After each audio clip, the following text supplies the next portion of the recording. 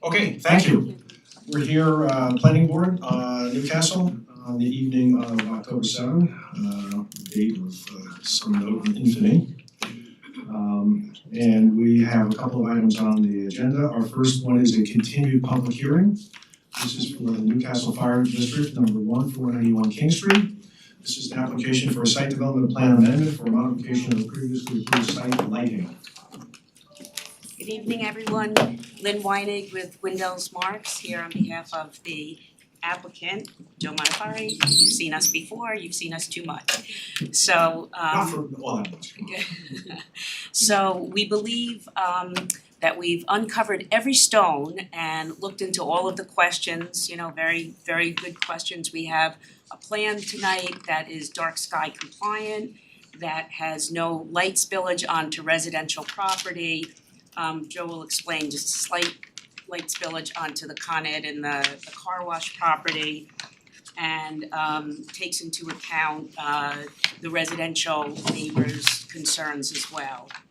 And as I've said before, and I just want to reiterate, we also have to seriously consider the safety of the firefighters, that when they're coming onto the property in a time of high stress, and when they've got to move quickly, that they can get into their vehicles, get into the station without fear of falling down or tripping or not being able to see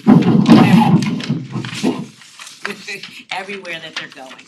So with that, I turn it over to Joe. Okay, great, thank you. Good evening, Chairman, members of the board. Again, Joe Modafari with JMC, project manager for the project. For the record, I'm just gonna open up the presentation here and share my screen if you give me a second.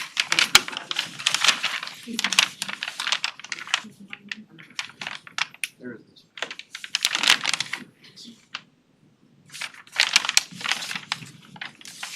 Share screen. Share.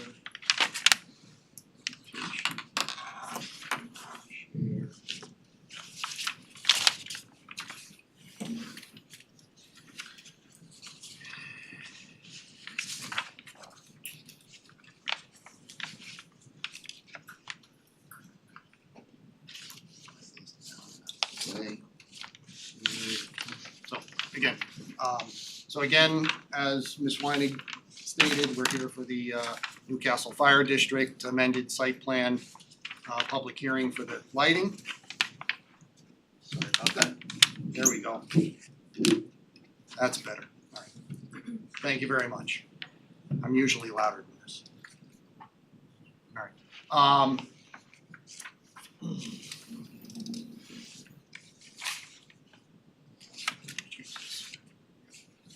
So we have, again, myself and Lynn here, and I also have the chairman of the Newcastle Fire District, Dwight Smith, and a commissioner, Nancy Zezzi, with me, as well as one of the firefighters back here, Mr. Zezzi back here, to support the project. I don't think there's any more, but there may be some on the Zoom. The approvals requested are site plan approval. We'll go through the history again as I have before, but at the last meeting in September, there were 8 key takeaways from your board. Provide additional detail regarding the proposed lumens for the project, determine if DPW would permit a light pole within the easement, move the truck pole for the truck access off Memorial Drive so that it is not facing the neighbor, evaluate and reduce the dusk to dawn lighting, incorporate existing lighting into the analysis. The project will have, there was a comment that the project will have the highest intensity of light in the area of this area of town. Asked us to look at and address that. What will the site look at from space? Meaning, will it be dark sky compliant? And provide additional information regarding illumination of the pole mounted and wall mounted lights in various scenarios. So first comment, total proposed lumens. We provided the analysis to you that showed the total proposed lumens from the originally submitted project to the one that you have in front of you today. I'm not gonna go through the numbers. You have them on the plan in the or in the letter, in the tables, but as we talked about last time, the previously submitted documents did not include the lumens of the existing fixtures that were to remain, so it wasn't necessarily a true analysis that you can compare all of these things to it. But the critical things to consider are what we have up here, although multiple fixtures and more lumens may seem more intense, it really does not mean that.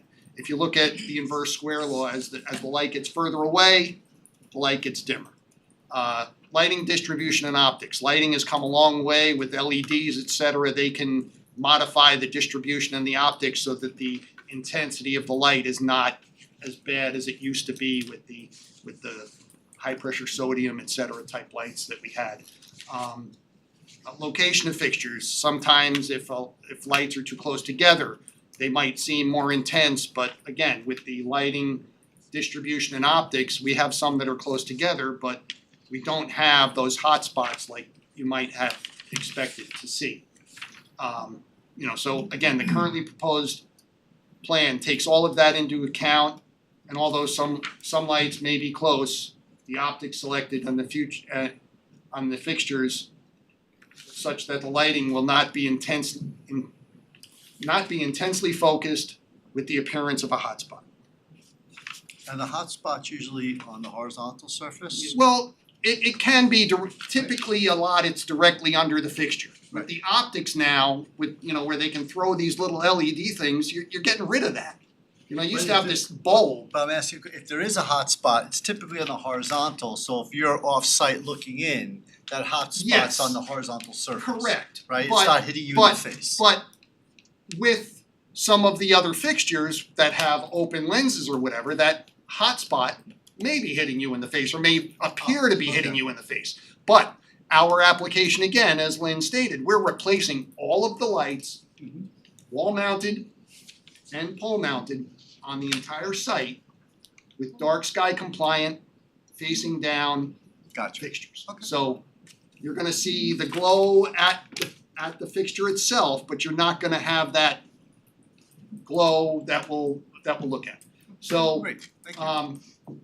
so contact DPW commissioner regarding the light pole easement. As soon as I left here, I got home, I sent the commissioner an email that night just because I wanted to get on this as quickly as possible. His response was, yes, you can put it in the easement, but you have to make sure that it's 3 feet away from the pipe itself. We said, okay, fine, we looked at where it is on the survey, we placed it in that area, we provided in your package an alternate lighting plan that has it there and an alternate landscape plan. So the alternate landscape plan was provided because the pole has to be so far back from the curb itself, closer to the property line, but again, won't be spilling over the property line, that the taller trees, to put it back there, would be blocking the light from getting to the parking. Joe, on that issue of the pole, did you see town engineer's memo? And his I did, recommendation? yes, so we would just have to put in a deeper pole base, I don't really see an issue with that. Okay, good. I was gonna mention that, I really don't, a little bit deeper of a pole base, that's fine, so we would have to again locate the pipe actually Yes. and make sure it could fit and whatever, but just to go through the plans quickly here, this plan is the SP 18 or SP 8 and 18 with the fixture right here against the building.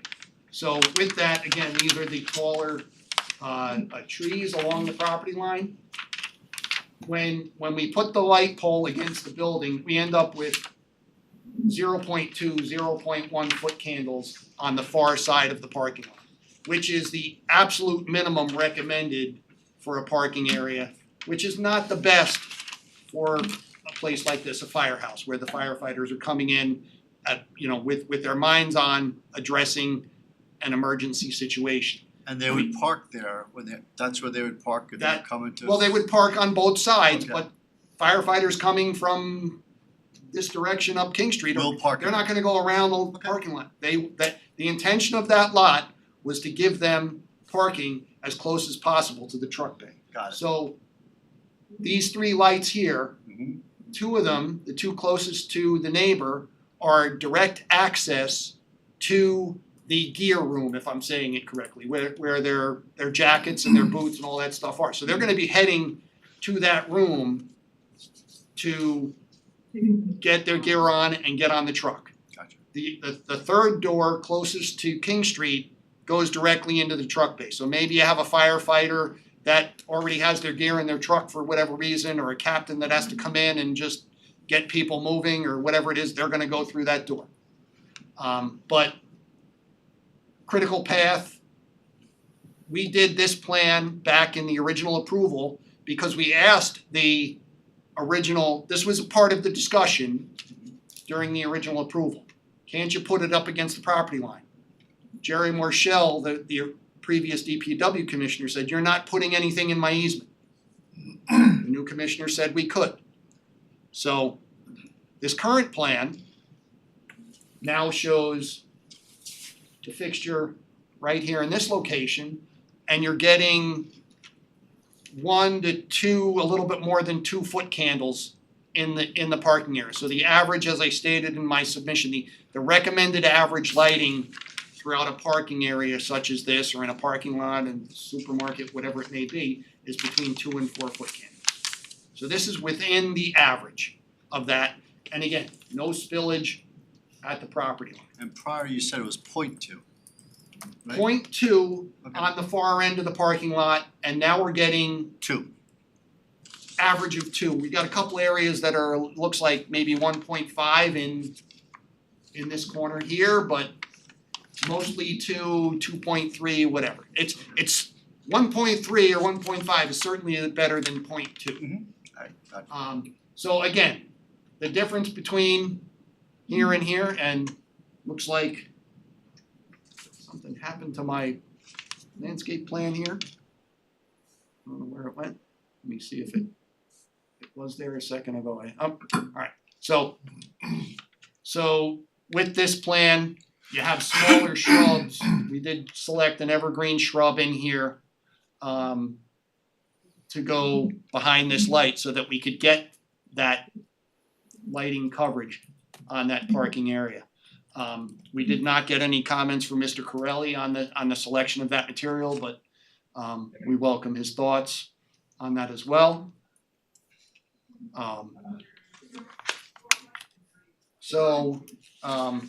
The next comment was move the light pole from the west side of this truck access drive to Memorial Drive to the east side. So we did that. And it provides adequate lighting through this drive aisle and does not impact the neighbor. Next question was evaluate dusk to dawn lighting. Last time we were here, we had, 8, 9, 10 dusk to dawn lights, or maybe more. I didn't really quantify, but now we're down to 4. Basically, we're proposing to do dusk to dawn lighting at the 2 man doors on the existing building that are facing Bedford Road and the corner of King Street and Bedford Road. So, and then the other 2 are on the proposed expansion, one of which is at the mezzanine entry. So if firefighters were to park in this parking lot coming to a call, they would head to this mezzanine door most likely, because it is the closest access to the main truck bays. And then the fourth one, or the second one on the proposed expansion, it's actually the one that goes, as I said before, to the truck bays. But in consideration of the neighbor's comments, we're putting it furthest away from his residence. And these are all downward shining lights and built Yes. into the overhang where you have overhangs, I think, right? Yeah, so, well, where we have, there's two places we have overhangs and they're lights like this. Yep. So these are downward facing, Recessed, um, soffit. yeah. Well, they're not, they're a curved fixture hanging on the wall, but they are down facing. There is no exposed glass. Okay. So I have a slide coming up that kind of shows you what the proposed fixtures are. And we're here. So incorporate existing light fixtures into the lighting analysis. So we went to the site, I'll show you some slides, some of the information you had in your package. We went to the site and did some analysis of the existing fixtures, of the existing lighting on site, but there's no program or ability to take those existing information and incorporate it into an analysis without taking all the light fixtures around and trying to figure out what those are and really doing an analysis. And a lot of them are street lights and from the street, there's neighbors' lights, whatever. So we did readings that'll help us in our future analysis that you've already asked for when construction is done. But because we couldn't do the existing lights, they're 30, 40 years old, or just didn't have the information to be able to do that, that's why we decided to replace all of the fixtures on the building. So all of the fixtures on the building are these three fixtures. So this fixture on the top here is the one that would be basically above all the doors and in areas that are a little bit higher, whatever. This one here, which is the round circular one, those would go at each of the truck bay doors on the front.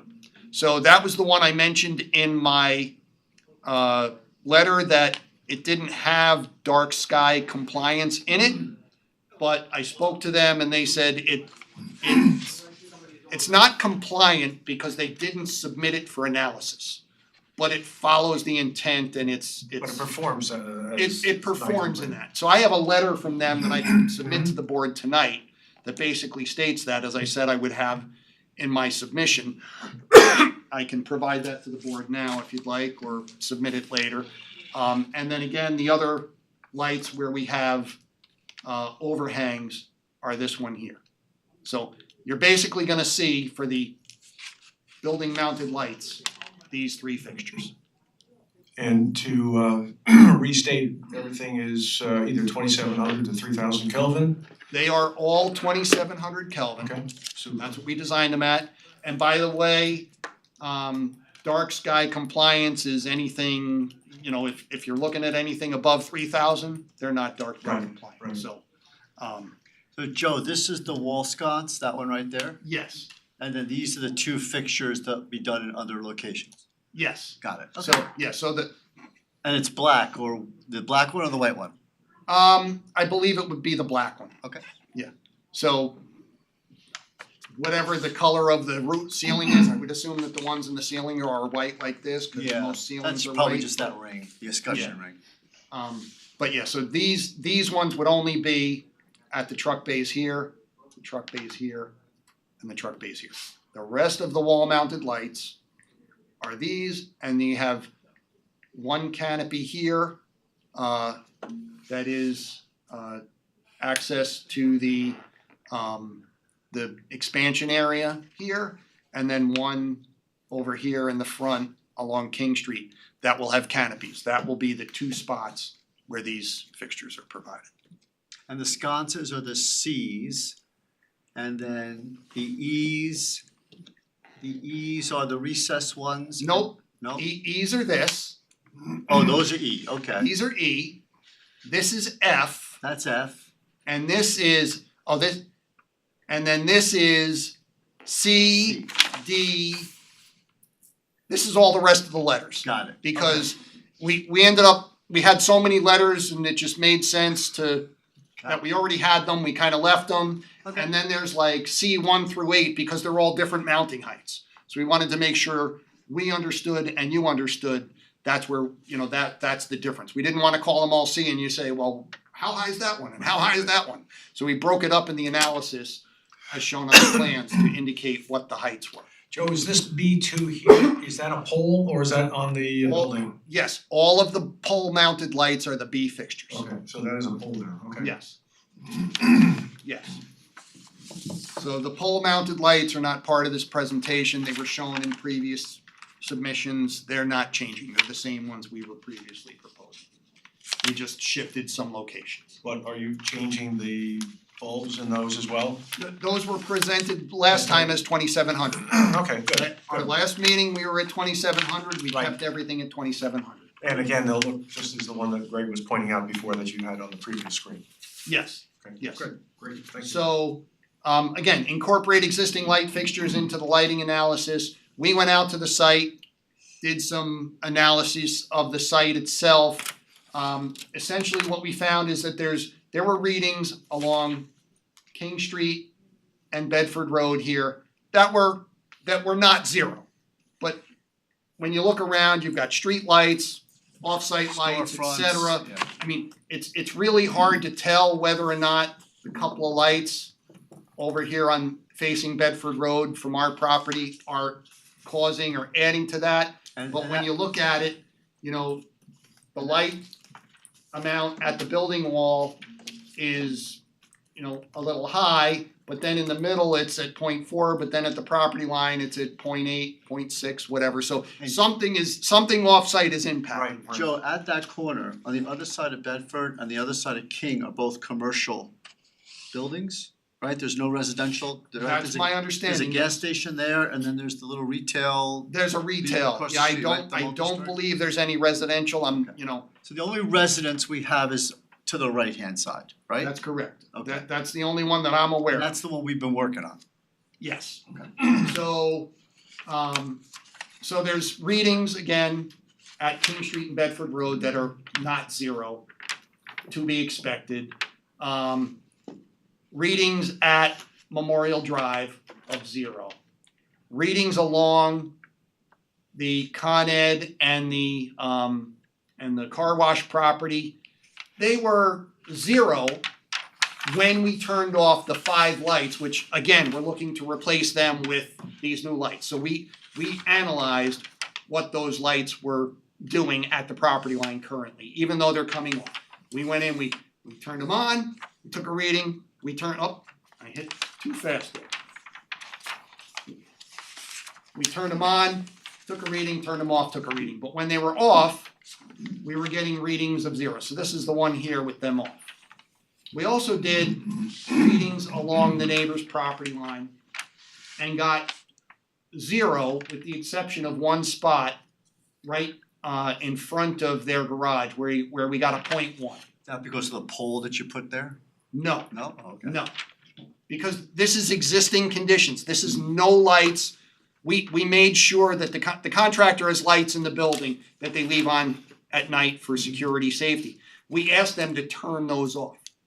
So this is existing conditions, only lights on the existing firehouse and whatever's coming from off-site. So we had one spot that we had a 0.1. And I'll just go to the next slide here. This is showing pictures of all the lights on the site, which you can see they are, you know, not downward facing lights. They have exposed lenses or whatever. And you know, all the different lights, some are under canopies, but they're still like spotlight type lights or whatever. And these are all going to be replaced with those fixtures. So one of these, if I can figure out which one it is. It's one of these two is actually underneath the canopy for the stairs. That's gonna be replaced with one of those recessed fixtures. The rest of them are all the half circle fixtures that we looked at. And then the neighbor's property here, the garage here, you can see 2 lights on each side of the building, and then 1 light that was off at the time of this photo, but 1 spotlight at the top of the roof line there. So we believe that 0.1 is actually coming from those lights, because there was no light on our property at the time. So then we were asked, okay, the firehouse is gonna be the highest intensity lights in this part of the neighborhood. So we took the liberty of going to the gas station and the Walgreens. You have two figures here. The one over here shows when the gas station is open and all their lights are on. And the one here shows when the gas station is closed and the lights are off. They have 7 large wall packs with exposed lenses on the front of the building. I'll show you pictures in a few minutes. That are similar to the ones that we are proposing to take off, that are on the back of the building facing the car wash and the Con Ed spot. So as far as whether they're the same intensity, I don't think so, maybe not, but they're the same type of fixture. All of the fixtures on this building are consistent with the fixtures that are existing on the firehouse today, is what we've observed. Again, readings at King Street that are again results of off-site lighting, I believe. Readings at, and key thing here, largest reading of 34.7 foot candles, right in the middle of the gas pumps. The largest I think we have on our proposed plan is 8 point something somewhere. You know that, so that's the gas station. So you can see here, we're looking at the lights when the gas station is on. We have the light right in the middle of their site for the street light that has light coming down on the street. And then we have a picture of it with the gas station closed. So the lights are off, but there's still light coming from that street light.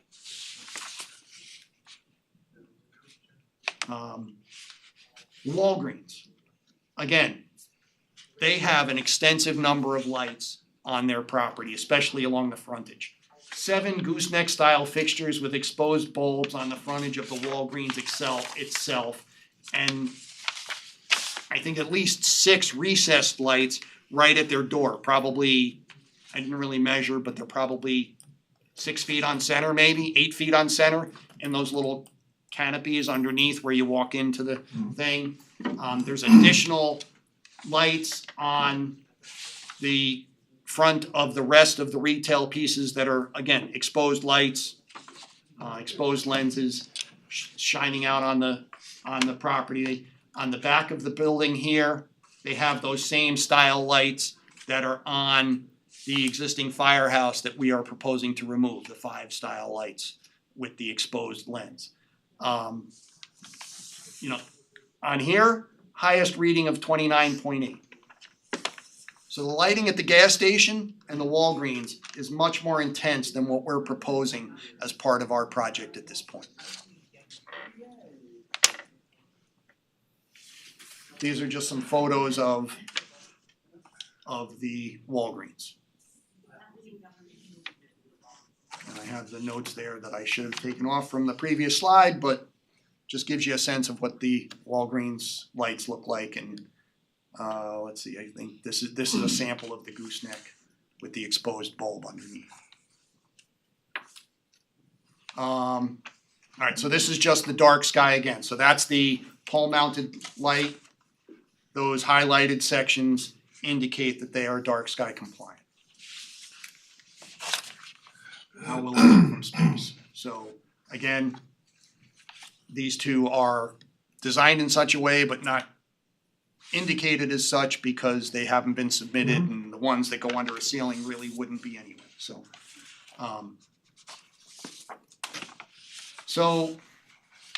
then you asked us, look at the different scenarios of the lighting for, you know, if we turn this light off, turn that light off, which we previously submitted, but we updated these in a way that, you know, because we had all of the existing lights replaced.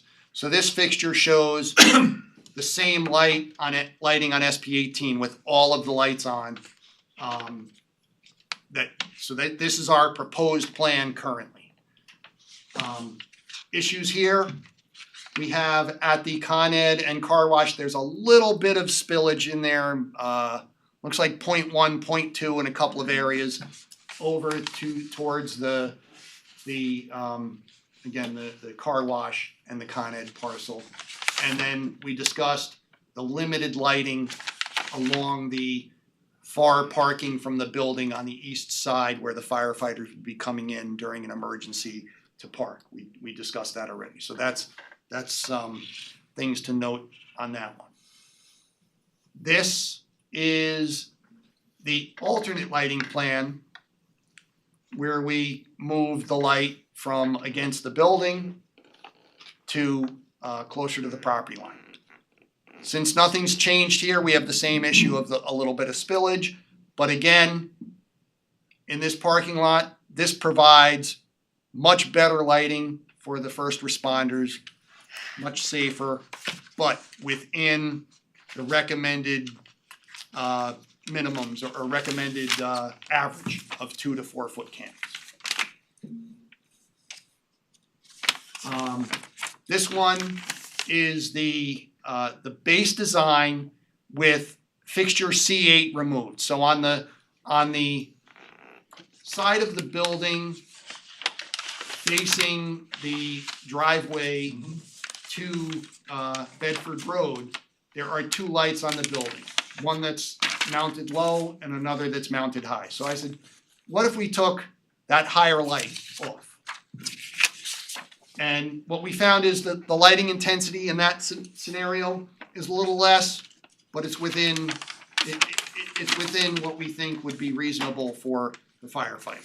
So C8 would be replaced or just removed? We just remove it. Okay. So we wouldn't have an issue with removing Okay. that fixture C8. The next one is the pole mounted lights only. And essentially, the clouded areas, you can see there, with just the pole mounted lights, there is not enough lighting at the building walls.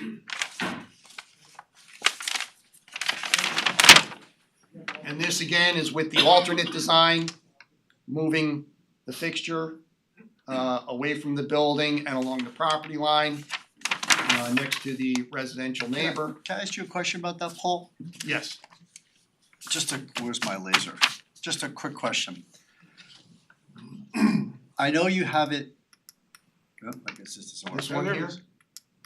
That one, okay, I'm assuming you located it in the center of the parking spaces just for equal distribution around. I'm just curious, if you were to get it out of the easement, would you have to move it up or down, and would it work? Easement No, runs the parallel. easement runs parallel with the property line. And I'm looking at the lines here, it looks like you can get it out of the easement. Well, I mean, there's 4 lines here, so maybe I'm not looking at the proper line, but there's You mean 4 like to drop it in like here or Yeah, like something? right into that corner, right there. That's a line too. Is There- that, there- I'm there- just trying to, you know, There's a small spot there but it just wouldn't. it wouldn't work? we- I'm trying to get you out of the easement so the next commissioner goes, why'd they put it in the easement, right? I'm trying to I avoid that get problem. that, I get that, and we did consider that. Okay, But the issue is, if we put it up here at the top of the parking lot and put it in this angle, we're gonna throw a bunch of light this way going to nowhere, okay. and a bunch of light going this way going to nowhere.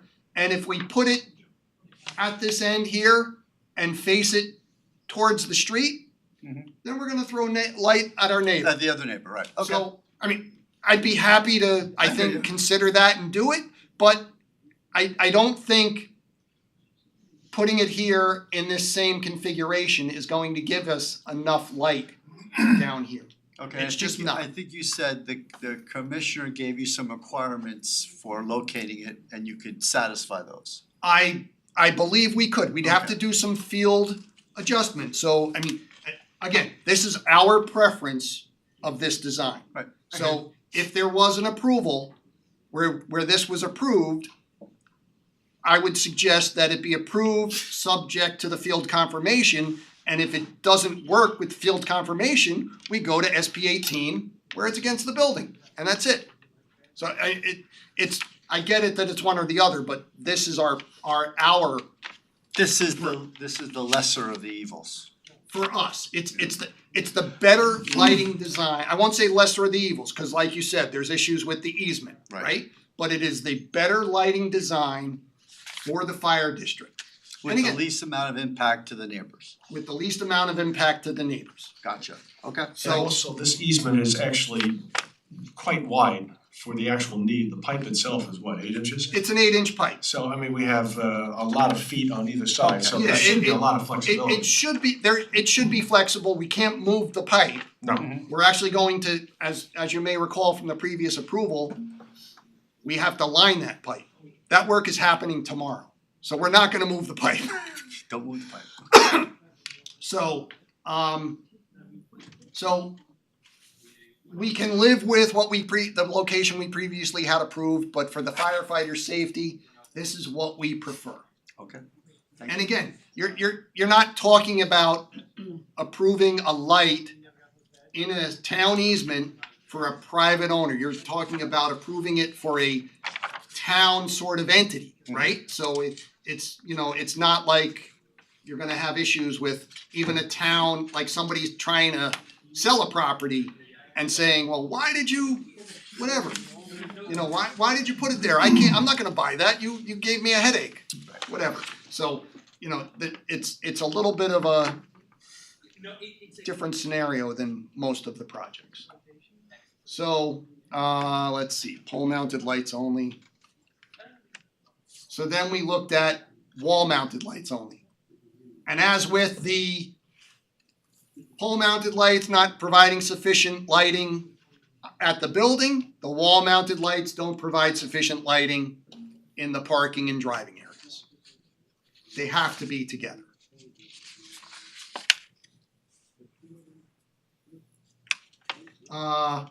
So this again was the wall mounted fixtures without the C8. Oh, what did I do here? Oh, I hit the wrong button. There we go. Without the C8. So that's again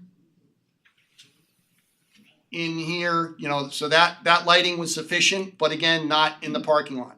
So, okay, so this, it looks like I went to the next slide as well. So this was with, without the C8 and without the Gs. So the G fixtures are those 5 that are at the top of the building, the top of the existing building that were recently installed by the fire district, that we're again proposing to replace with this new curved fixture.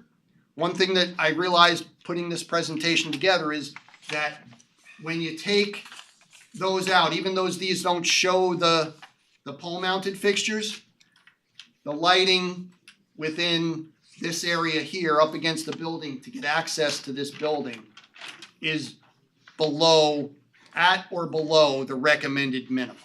So that's a safety issue for the firefighters in that area. So with this, just the C8 removed, it doesn't really impact, it's the same impact as it was before, but insufficient lighting in the parking areas without the pole mounted lights. This just shows the extents, the approximate extents of where the lighting would go for the dusk to dawn.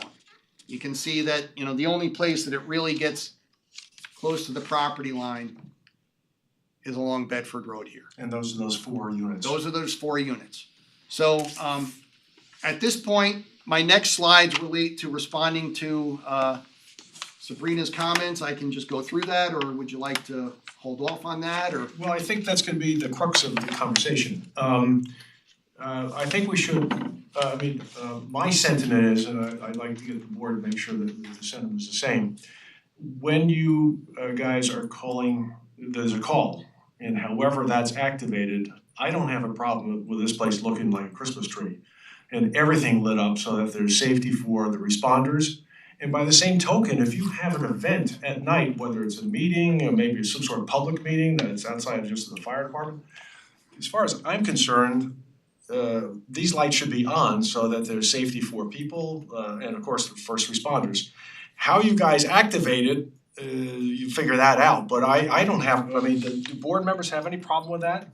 As far as I'm concerned, what they designed for lighting in the emergency situation where firemen and first responders are responding, as far as I'm concerned, all the lights should be on that they've designed, and they should be there for the protection of first responders. And if it takes a half hour, an hour, 20 minutes, whatever it takes, that's the way it goes. We got first responders who are responding. So I don't have a problem with that. It's the other hours. Yeah, yeah. And I think that's really the Understood, crux. so let me touch on that a little bit. Or no, Let me just touch on that a little bit quickly. So what the plan currently calls for is that the pole mounted lights would be on from dusk to 10 p.m. every day. So the wall mounted lights we'll would talk still about be motion, Mhm. but the rest of the lights currently on the design would be motion sensor. And I appreciate that comment and like to hear what the rest of the board was. I would think that the electrical engineer could probably figure out something that it could be, all of the building mounted lights could be on some sort of a timer similar to that and then be on motion. I'm not sure, Well, I would hope that you would have some way when there's a call, when it goes out to the chiefs and there's a call, somehow it just activates the lights. no. And it seems, no? No, when there's a call, anybody comes in, every single light is individually activated by motion, whatever a sensor on the fixture, whatever. Well, Is it a then my sensor on the fixture or is it a sensor in the driveway?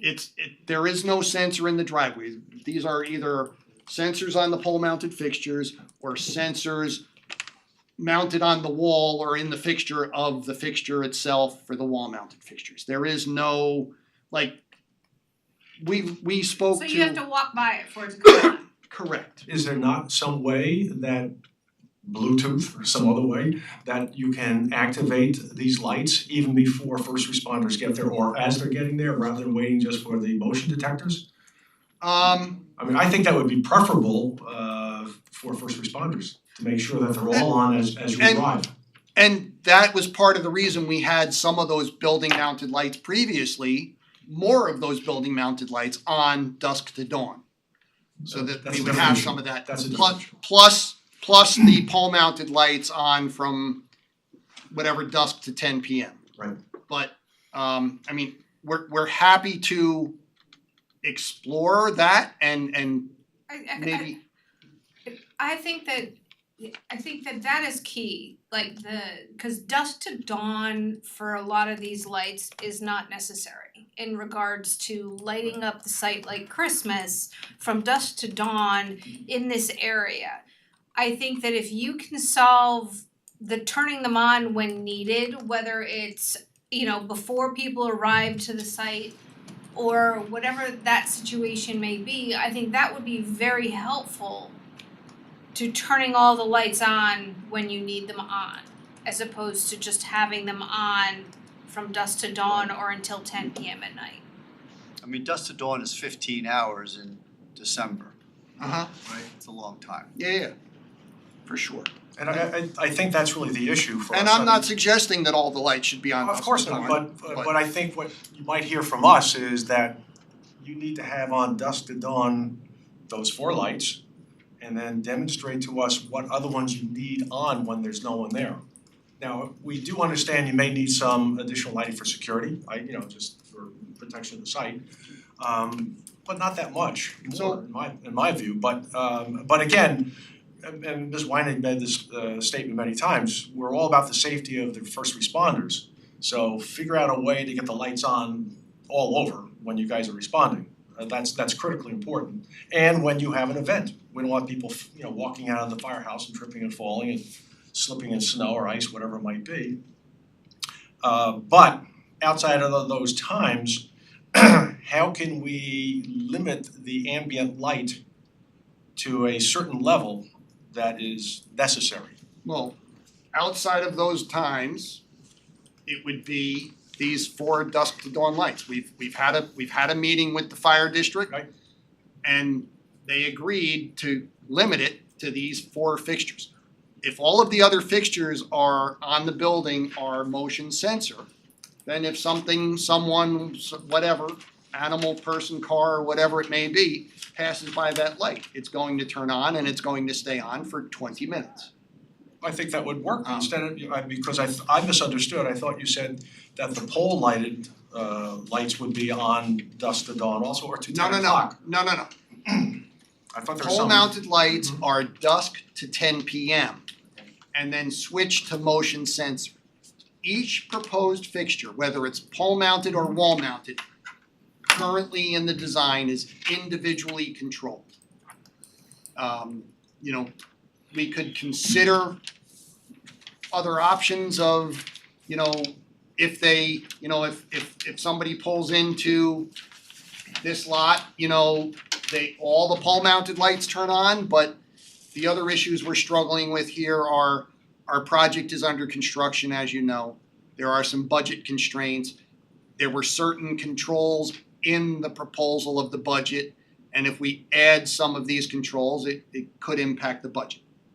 I don't know. I don't know the answer to those questions. I have to talk to the electrical engineer and the contractor and whatever, but we heard what you said last meeting. Cut down the impacts. Right. So we said, okay, 4 lights dusk to dawn, pole mounted lights till 10 p.m. After 10 p.m. and other building mounted lights, motion sensor only, and after 10 p.m. pole mounted lights, motion sensor only. We are happy to put more on or figure out a way to put more on if there's an event so that we can have that safety. But it's kind of a hard thing, it's kind of an electrical engineering design that, if you give us some parameters to work with, maybe we could work with the building inspector on that. And, maybe come back to you with the final design if we have to. Because to come back and walk this through would be just, it's. Well, I think you guys have done a great job in what the latest version. I mean, you really reduced the impacts tremendously. And I think you've given a great deal of thought to it, it's a great analysis. And I think it really comes down to the issues that Sabrina has raised in her memo, and that is which ones really have to be on until 10 o'clock. And again, your issue, I guess, their challenge to figure out how these lights all go on at one time when you need them on. And Yes. I know I missed last meeting. What's the significance of 10 o'clock? So I think it's the code says you can have lights on till 11. Okay, so it's a town code, that's Well, where- the town code says 11. Okay, What the district told me was, we probably won't have lights until, we won't have events that go past really 10. If we have a meeting with our fire district or we have a party or something, in general, they won't go past 10. We're happy to go to 11 because I no, think I was that's just what the wondering where code 10 came says. from, that's all. But we were trying to, it's a little bit of a give and take. We said, okay, we can live with 10 o'clock. So Okay. that's where that comes from. I believe that your code says lights get turned off at 11. Does anyone have a problem with lighting the place up when first responders are coming in? I mean, is that an issue? No. I mean, I think that's, Yeah, you guys have designed it for that, and that's the safety. I think the issue is frankly the 10 p.m. lights and which ones are necessary to have on when there's not an event going on. Now, it's Well, it sounds like there's 4.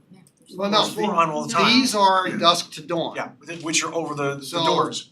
So these are the dusk to dawn. Which is I will fine. go So back at 10 to, if I understand Joe correctly, at 10 o'clock, there's gonna be 4 lights on outside. However, others can be triggered by motion sensors. Correct. And if they are triggered, they stay on for 20 minutes. correct. That's what I've heard so Right, far. Right. Yes, And those are all around the rest of the site.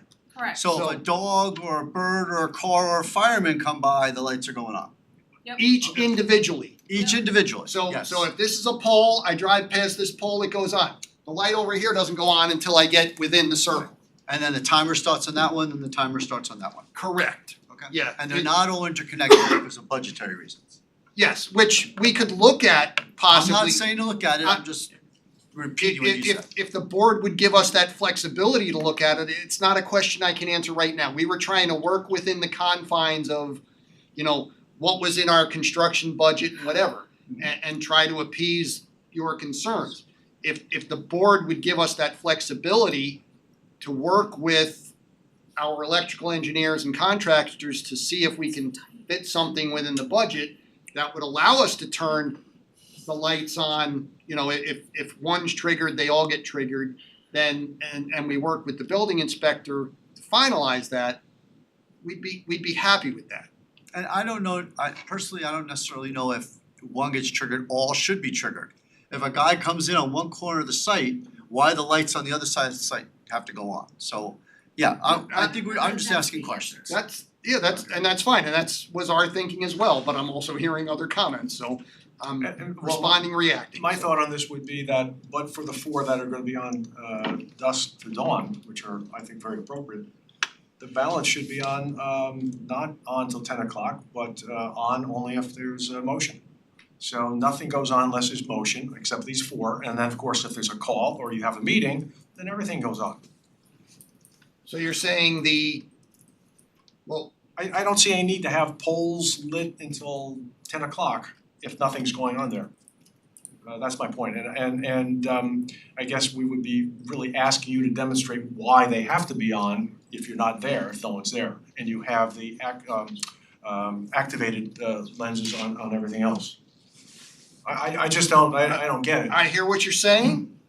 It's not a question I can answer. Dwight, Nancy, is that something you would like to respond to or? Good evening, my name is Dwight Can you Smith. step up to the mic, Yep. please?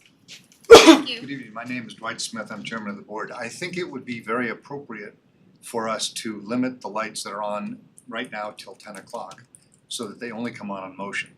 I don't think we need them on, but we do also have a security issue. So if somebody drives in, we want them to be on motion so that we have Yes. that ability to light the road up or light the driveway up, I especially think in that winter makes great months. sense. I think that's something we can work with. Okay. So, okay. So I think if the takeaway on that, correct me if I'm wrong on this, Sabrina, but it sounds to me that we'll have the 4 lights on dusk to dawn Mhm. On the building. on the building. Yep. And everything else is on motion detectors. There's nothing that will be on necessarily to 10 o'clock every night unless there's an activity or a call. Okay. And then you guys work it out, whatever you need, if there's a call, light it up. And you know, Okay, make it safe. so if we can figure out, if there's nothing going on the site, everything is motion sensor across the site except for the 4 fixtures on the building that are dusk to dawn. Does that make sense? If Yeah. there is an event Light her up. at the building, whether it's a fire call Or a meeting. a party or Or a Boy meeting, Scouts, whatever. we can light up everything until that's done, up until, you know, let's say it's a 10 meeting o'clock. or a party or whatever that goes till 11 o'clock because that's what the code says, or per code, whatever it means. You typically, this board has approved in the past an hour after closing for most businesses. We don't close. Understandable, and that is 7. usually 10 o'clock. I'm That's sorry? usually 10 o'clock. So most businesses close at 9. Most businesses close at 7. Okay. I mean, I don't know. yeah, so you chose 10 o'clock, I'd say keep it at 10. If Okay, you have an event that goes longer, it goes to 11, then the lights are on until 11. By motion, By right, because motion. people are there, okay, event. alright, so we find a way to electrically light the Christmas tree in the event of an event, whatever it may be. I think And a people call. naturally are going to be lighting it for you, cause Yeah, you're gonna have They'll be motion, moving around. Correct, right? correct. And But- like, I But come back at night a lot, and there's typically a police officer sitting yes, in one side, either on either one side, side right? or the other, yep. So some of these lights probably gonna go on a lot more when there is not even an event. So my recommendation would be to not connect them all, because there's people that utilize that, you know, the police sit there. If they show up, they're gonna light up the whole site just for sitting there, and quite frankly, they may wanna Oh, hide. no, yeah. I I think that's think why they're there. Greg's point was not to have it all lit up like just Yeah. a motion detector, that Yeah. shouldn't all go on. We're we're on fine the same with, we're page. fine with that scenario, Yeah, so okay. 4 lights on dusk to dawn, everything else motion sensor Yep. from, So the Just challenge, the the challenge now becomes from you to the electrical people. well, Well, No, it- no, it really doesn't because- No, if it's not interconnected, it should be easy. Yeah, all Yeah, of them are gonna be on it's fine, we'll motion. just go motion All sensor Yeah. on motion. and when they're passed and, you know, unless, I mean, we just. Now, the one question I had is Joe, Okay. just one question, on the 20 minutes, I'm just thinking about the random car or animal that goes by, is it gonna really light up everything for 20 minutes? Can you lower the 20 minutes? It's by fixture. Right, but So if it's one not the whole fixture thing. goes But on, it's then still- another fixture I'm just goes thinking if on. I'm just saying, it's just gonna light up that fixture for Correct. 20 minutes, right? It seems like 20 minutes seems a long time. I mean, my motion detectors in the house are 1 minute, right? And then they go off. Okay. I'm not saying 1 minute for you guys, I'm just asking you to maybe reconsider the 20 minutes. Because if it's an activity going on, they're gonna be triggered and they're gonna stay on, they're gonna stay on, they're gonna stay on. Well- I'm thinking about the random passerby that triggers a couple of sensors, then those lights stay lit up for 20 minutes if somebody's just walking by the sidewalk. You follow what I'm saying? I do, Okay. and- Maybe it's 10 minutes? Do you know what kind of equipment you're gonna use to for the motion sensor? Like, do you have something in particular? I know that some of the fixtures we selected come with motion sensor options. Yeah, That's like the most of those Electrical can be, engineers most of those have you have ability to change how Yeah, long yeah, they'll yeah, be, so yes, so I would say that recommendation would be for the shortest time that's reasonable for it, right? If it comes 20 minutes, then it's 20 minutes. If it comes 10 minutes and it's reasonable for it to be on for 10 minutes, I mean, I hope that if a firefighter is showing up here to a call, they're parked in the truck and driving in less than 10 minutes. Or else I think we get bigger problems, so, agreed, but right. you know, and Whatever it is, a reasonable amount, and quite frankly, we can put something in the approval that if there's an issue, someone comes to complain to us, like, we can work with you guys, maybe there's an area where you don't need it to be 20 minutes. I could see that, because the other flip side of the coin is you make it 5 minutes, right? And you have an event, and one person goes out to have a smoke and the lights go place off goes in dark. 5 minutes, and then another comes out and goes, and the neighbors or whatever are going, flick, flick, flick, flick. So to Jeff's point, let's find a reasonable time, and it may be 20 minutes at the end of the day. Or Or maybe it varies across the site. 5 here, 10 there, 20 here, whatever. that's fine, so Down here. We'll just ask you to think about it. I have no problem with some sort of a resolution that says something like he said, where, you know, if there's an issue with it, somebody complains, the building inspector can come talk to us and we can work through the issue, whatever it is, but you know. Got it. Alright, Great. Great. It's a Was public Any got some hearing. comments? I think we've talked about I my thought so. comments, but it is a public Yeah, I hearing. know. And also, did Jeff wanna expand any of his comments? Is he on? He's on. Jeff is on, I saw him. Jeff? Yep, 1 second, sorry to turn my camera. Sorry about that. My comments, relatively minor. You guys mentioned the one about the, burying the, sort of about the foundation and conflict between the foundation and the pipe. And one other comment was just how the sensors are gonna work, which I think was thoroughly discussed, so other than that, no other comments. Okay, great. Are there comments from the public on this matter? Yes, sir. Come on up. Can you come on up? Please state your name for the record. Thank you. Greg Carlack, I live at 517 King Street, and that's right next to the fire department and right next to the fire station. So I have to say, just initially, I have been trying I've lived in the house for more than 30 years, and I have been trying over that entire period to get the fire department to simply put their lights on motion sensors. Again and again and again. I can't tell you how many times we've had this discussion. So yes, putting everything on a motion sensor is a very, very close solution to this entire mess. So in any event, I do have a couple of issues I want to discuss related to that. But the first is actually a question. The 5 lights that we're taking down, that on the northwest corner overlooking the main first responders parking lot, are we still taking those down? Are they? They're being They're gonna go replaced, not bye-bye? taken down. Those 5 lights? They're being replaced. Okay, so before that happened and before the lights went up, there were 3 lights. And before that, there were 3 lights. And all the way back when we first approved this, there were 3 lights. Okay, then they put up 5, and now we're looking at replacing those with 5. Is there a reason why we're doing it? I mean, we're not gonna go back to what we had before? Well, what we went back to before, I would say frankly, I'd leave it to the engineers to tell us, but it was actually worse because you had 3 lights up there that were exposed, bulbs exposed, much brighter. And now what we're going to see is 5 downward shining lights, and consistent with night lights. So I would say that the 5 are gonna be much less than the 3 that were there. Okay, that's what I'm trying to, okay, the reason I'm asking, and I do have a reason for this, if you stood underneath those lights, looking up the way they are there, and it's hard to tell, but you would probably be able to see my garage, a portion of the parking lot over at the daycare center. See, if you drew a light, I don't have a light, so I get that.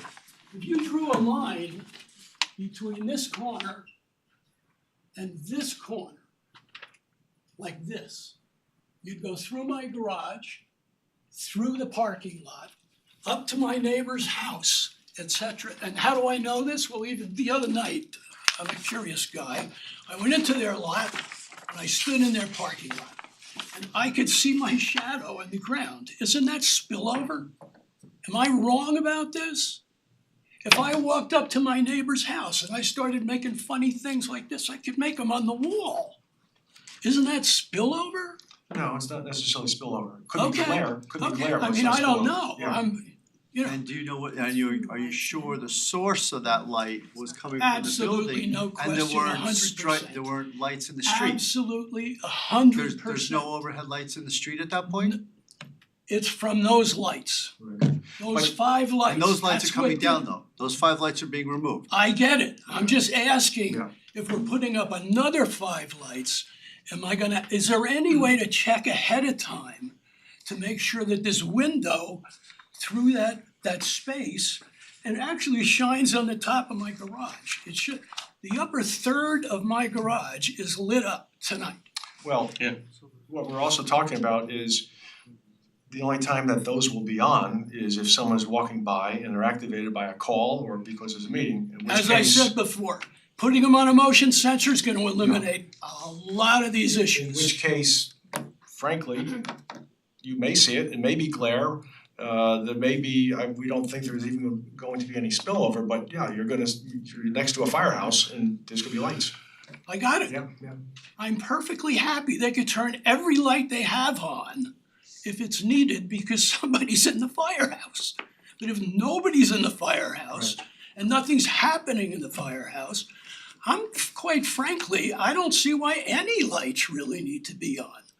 Whether it's 5 hours or 12 hours or why do we need the lights on? Well, you do need some lights on the outside of the building for security. There You are, can't just have a dark site. I got you. And if it weren't for those 3 street lights directly in front of the premises, which lights up the whole thing like it's daylight, and the other lights around the corner by the, what do you call it, the Splash Car Wash or whatever, there's plenty of light there. But those are not going to be on unless there's a call. So all that's gonna be on, you see those 4 No, I was talking about the Sparkles. street lights. Yeah, but I'm just saying that from the applicant, you're just going to see, not so good on lights.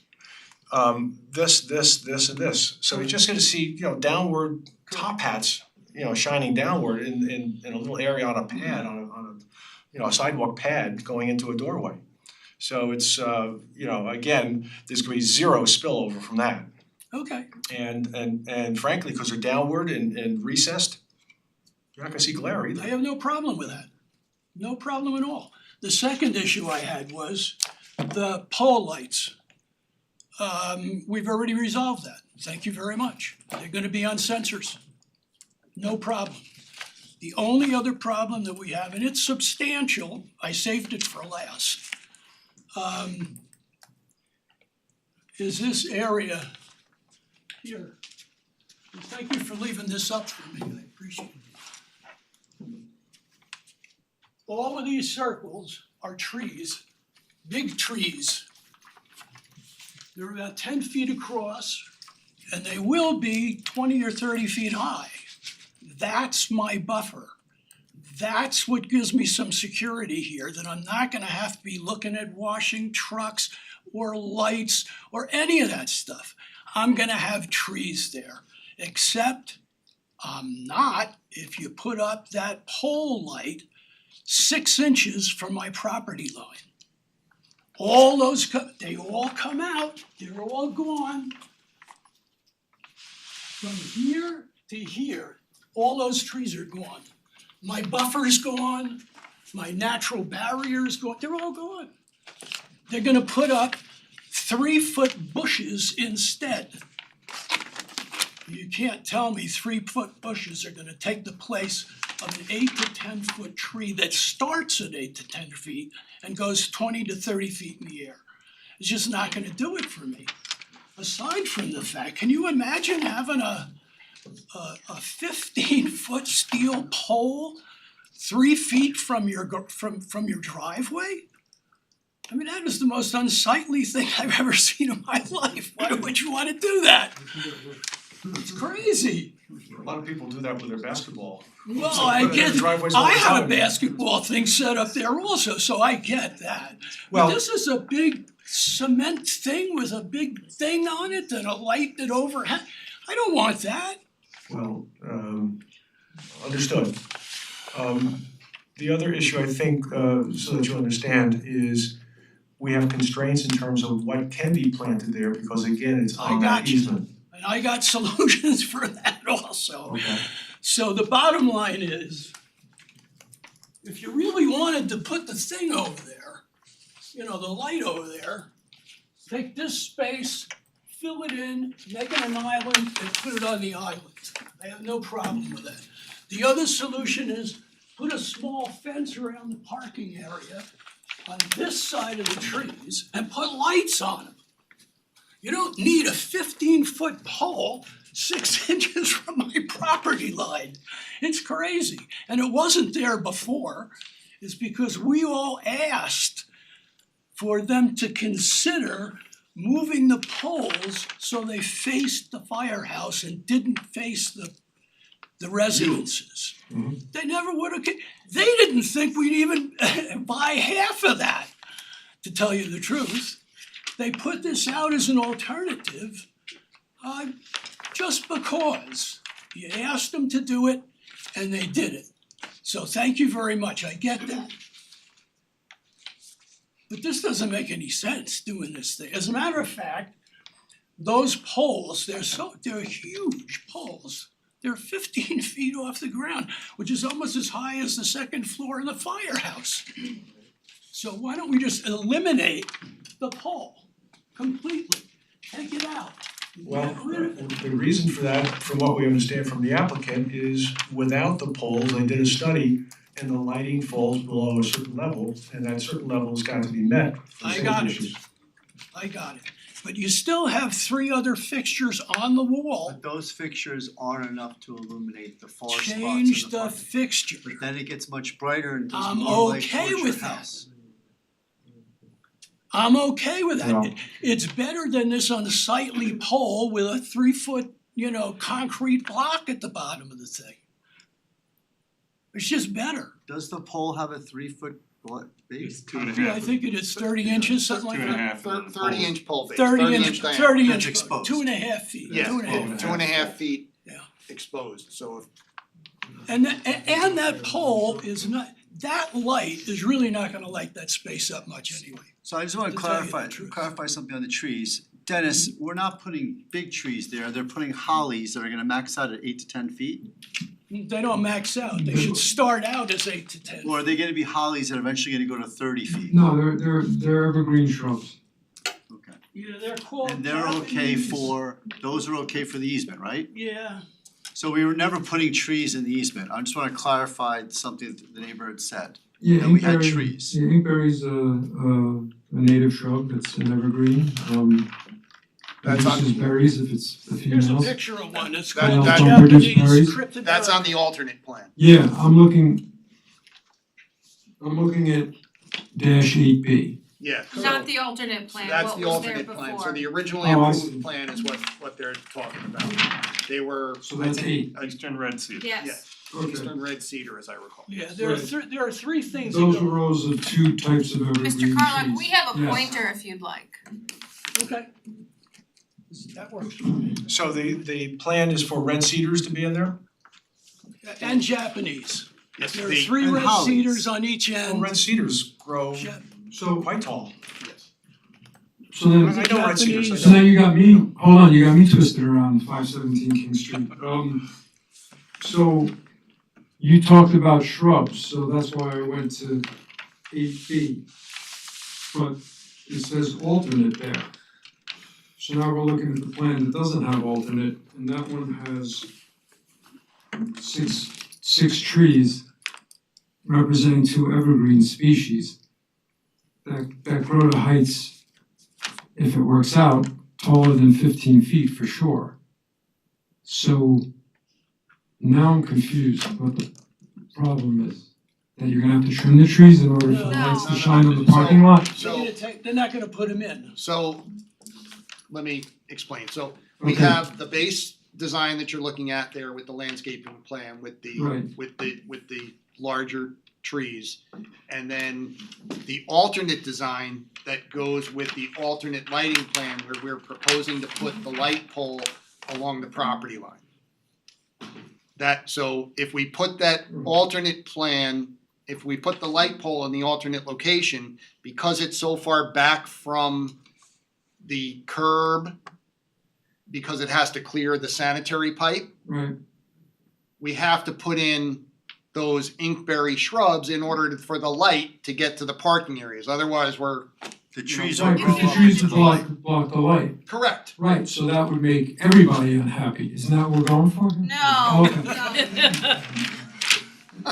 So Joe, that would be the inkberries, you would put those immediately around the concrete, but further out, maybe 6 feet away from the post, you could put in your They red cedar. would screen the concrete base, but no, I'm not making any guarantees they would screen the pole.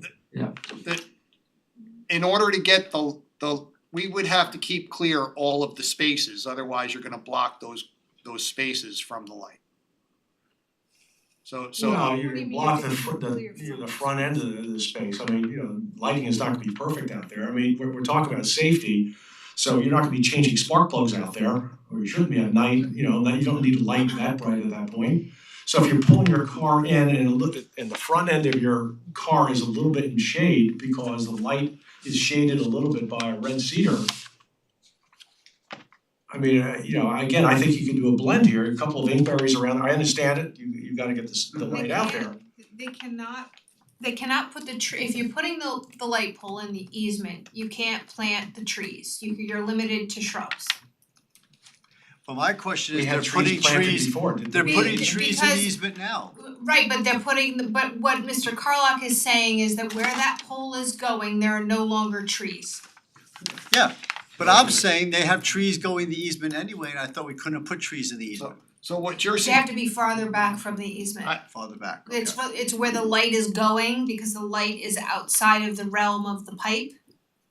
The trees, there's a pipe in the ground, Yeah, and the commissioner said 3 feet away from the pipe, you can put the light. you could put light. But I And thought we, in addition, you can plant trees 3 feet from the light. because typically we don't put trees in. Correct, but because of when this first came and the light was on the other side towards the building, we were planting trees to screen the neighbor. Got it, okay. And they were okay with the trees, but not okay with, the previous commissioner was okay with trees, but not hardscape like a light.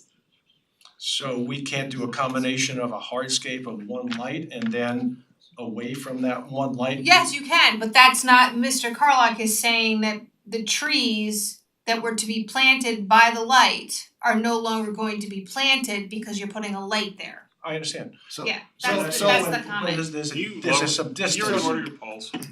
You were to order the poll here for B1. I don't believe so. I wonder, sir, it's 12.5 feet, you could maybe get a 7.5 foot or a 9 foot on top of the 2.5 foot support. It looks like you're, I'm just looking at your photometrics here. As the chairman said, it's not gonna be perfectly lit, but you lower the light fixture down, so maybe it's not throwing as much over into this gentleman's house. If not, sir, I think it's, which one do you want, which side? Well, I guess the point is, first, it's not throwing it into his house, there is no spillage at the property line. He's talking about So- looking at a pole. So It's the lowering the pole on that one pole, I guess we could look at it, but I don't know that I'd go any shorter than 10 feet on the pole itself. Yeah, or And sir, 2.5 put it back feet on the from other base, side. but it would just, these are, you know, think about how funny it might look for that fixture itself on an 8-foot pole. I mean, and I don't wanna go through and get a I'm different not an fixture. architect, I'm a developer, I don't care what side, I'm sorry. Go with the original plan. Yeah, I think it's original plan. So if you go to the original plan, which puts trees in, which eliminates the pole, but then he only has 0.2 in that corner of his, right? Yes, You only got 0.2 there, and 0.2 is probably not sufficient.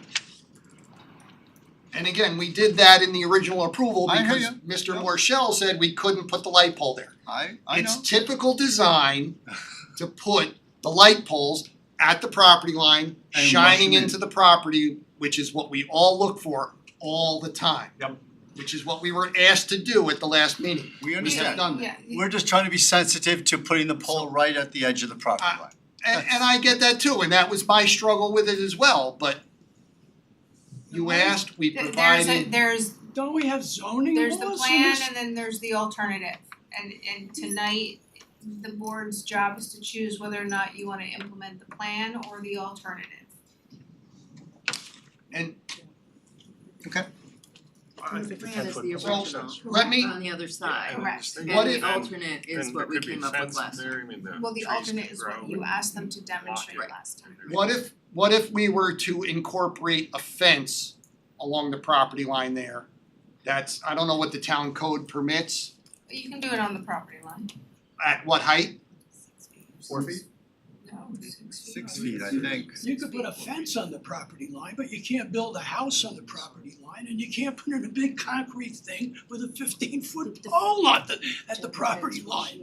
You just can't do it. Off the top of my head, I'm not exactly sure what is permitted in the code. Well, I just put my garage in and I had to move it back and I had to get a variance You to can't move put- it you back can't put 3 building. feet off the property line because it was too close. So I'm assuming this would apply along the entire property line. I had to go 5 feet in from the back. I mean, you can't just build on the property line. Fences are different That's a story. building, that's not a light fixture. Light It's fixtures a are permitted within the concrete slab with a buffers. steel And thing on the end of it. it's- That's what it is. I understand what it is, but it is permitted Okay, within the so- code. So do we have, is it possible, Joe, that we could go with the alternative, but that you could find a pole that is not as tall, so that the combined height is not 15 feet, but something between 10 and 12 max? Maybe, so our pole bases themselves, the concrete pole Yeah, bases It's 30 inches. are 30 inches round, 2.5 feet from the base, and that's because they're at the, well, I guess you know what, this one, Plan say 2.5 feet. typically we do 2.5 feet for the pole base from the ground because of cars pulling in and Sure. hitting them. Right. This will be so far back from the property line, from the curb, we could put that 2 inches or so you're not seeing the concrete.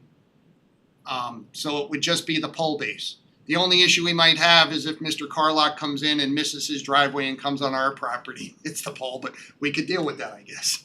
Or a person that owns his house later or whatever. But yes, so we could probably do a 12-foot pole, incorporate a fence to the maximum height that would be permitted by code, whether it's 6 feet or 8 feet, I don't know. I would hold up on the, you do the fence on the whole property line now? I mean. No, just within the area where we're proposing the shrubs and the parking. Just that parking area. Yeah, I mean, that's 5 parking spaces, so you're looking at 50 feet of fence. I mean, 50 feet of fence just randomly sitting there could also look awkward. let's try to not let the tail wag the dog. Back to the original plan. Okay. We spent, Flip the pole around. Yeah. we spent Yeah. a lot of hours 10 years ago going over all this stuff. Architects came in, landscape architects came in, they designed the plan. I had Bill at Westchester Tree Life review it. It was all done with a scheme of how to line trees in such a way that I had a natural barrier to lights, to sound, to whatever was going on at the firehouse. And I'm supposed to get a buffer zone. You're taking half my buffer zone away and sticking a concrete slab in with a piece of steel on it. It's crazy to do that.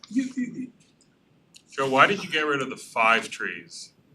I'm sorry? For the one, I'm looking at sheet Yeah, SB so- 8B, right, you got, there was So 5 here. we got rid of all the trees along the curb, so that we could make sure that we got enough light to the parking areas, because the pole is set back so far. So if I, There, and then you have some bushes there. Alright.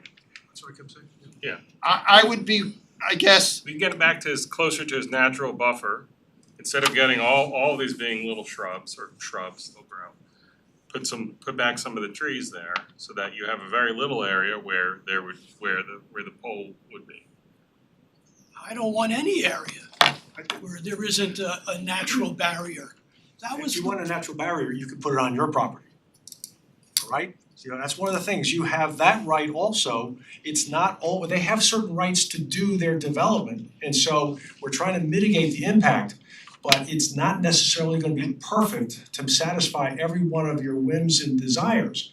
And in fact, you can respond and help, you can put a fence up yourself on your side if you want. You can put in trees on your side as well. So it's, we're trying to work with you, but you know, we're not gonna sit, There are other solutions here. we're working on those. I mean, we don't need the pole at all. We can use the fixture spaces on the wall. Let's, as far as I'm concerned, we do need a pole. We've heard before that the lighting in that parking lot without the pole is insufficient with just those 3 canned lights. So as far as I'm concerned, that's off the table. We need another light there. Now, the issue is whether there's going to be the original plan and on the building, and what we heard from you was that was going to be very intrusive to your property, very intrusive to your living. So what we thought was a good solution was trying to put the pole on the other side, shine it toward the building, and get the spillage and, not just spillage, but the glare off your property. And I think that's what is accomplished. Now, you're complaining about the look of the pole and I understand that, that's fine. But I said half jokingly, there are people put poles in their driveways all the time for basketball and other things. It's not the worst thing on earth. And you know, there's a changed situation here. When you were there, you had an animal hospital next to you and it closed down. There's been a change. They bought the property. I may have a solution. I understand that. So kind of going back to something I said before, right? If we, here we go. Oh, there you go. If we keep the trees on the side where we talked about and we move the pole back up to the notch up top, here, yeah. I No, just, up to the top of the park lot, where I mentioned before, could you put the pole there to get it out of the easement? And you said, well, it's a problem with getting light. Well, so far I've heard we can eliminate the pole, we don't need the pole, we could do the lights on the building.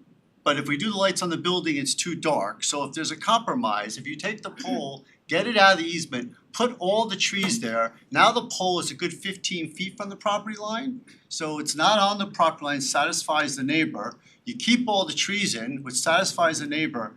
You don't have 0.2, but you don't have 2.0, maybe you have somewhere in the middle, you got 1.2 with your lighting.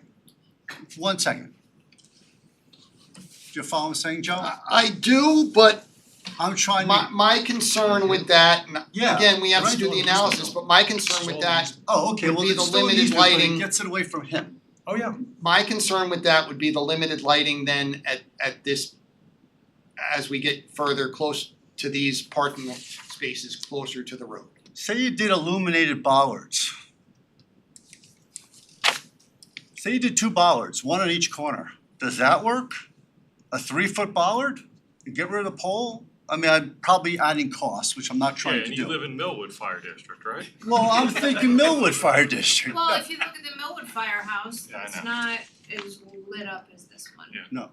I'm just trying to figure out a way to just to keep the trees, move the pole, and get the light for the first responders. My priority is the light for So- those guys when they come in. So the issue with the bollards Mhm.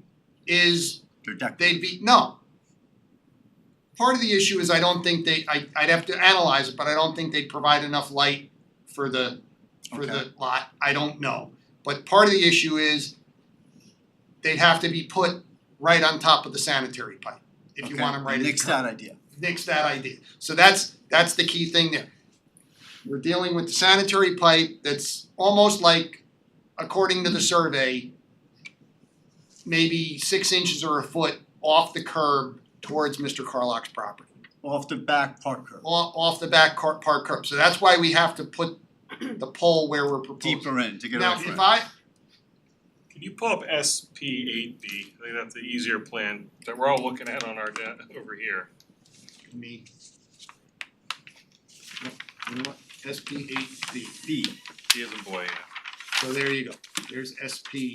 Oh, it's, There's a Why don't you big- pull up the alternative first and just show them the old, Okay. or the This is the one with the original landscape and then the on it. This alternative. yeah. Cause if you had 5 trees there, is it possible, and it may encroach onto your property, sir, a little bit, is that the one that's behind the pole, you offset a little bit towards the east, a little bit onto his property. So I would think that we could, you know, I think the shrubs close to the pole are critical to allow the light to get to the spaces.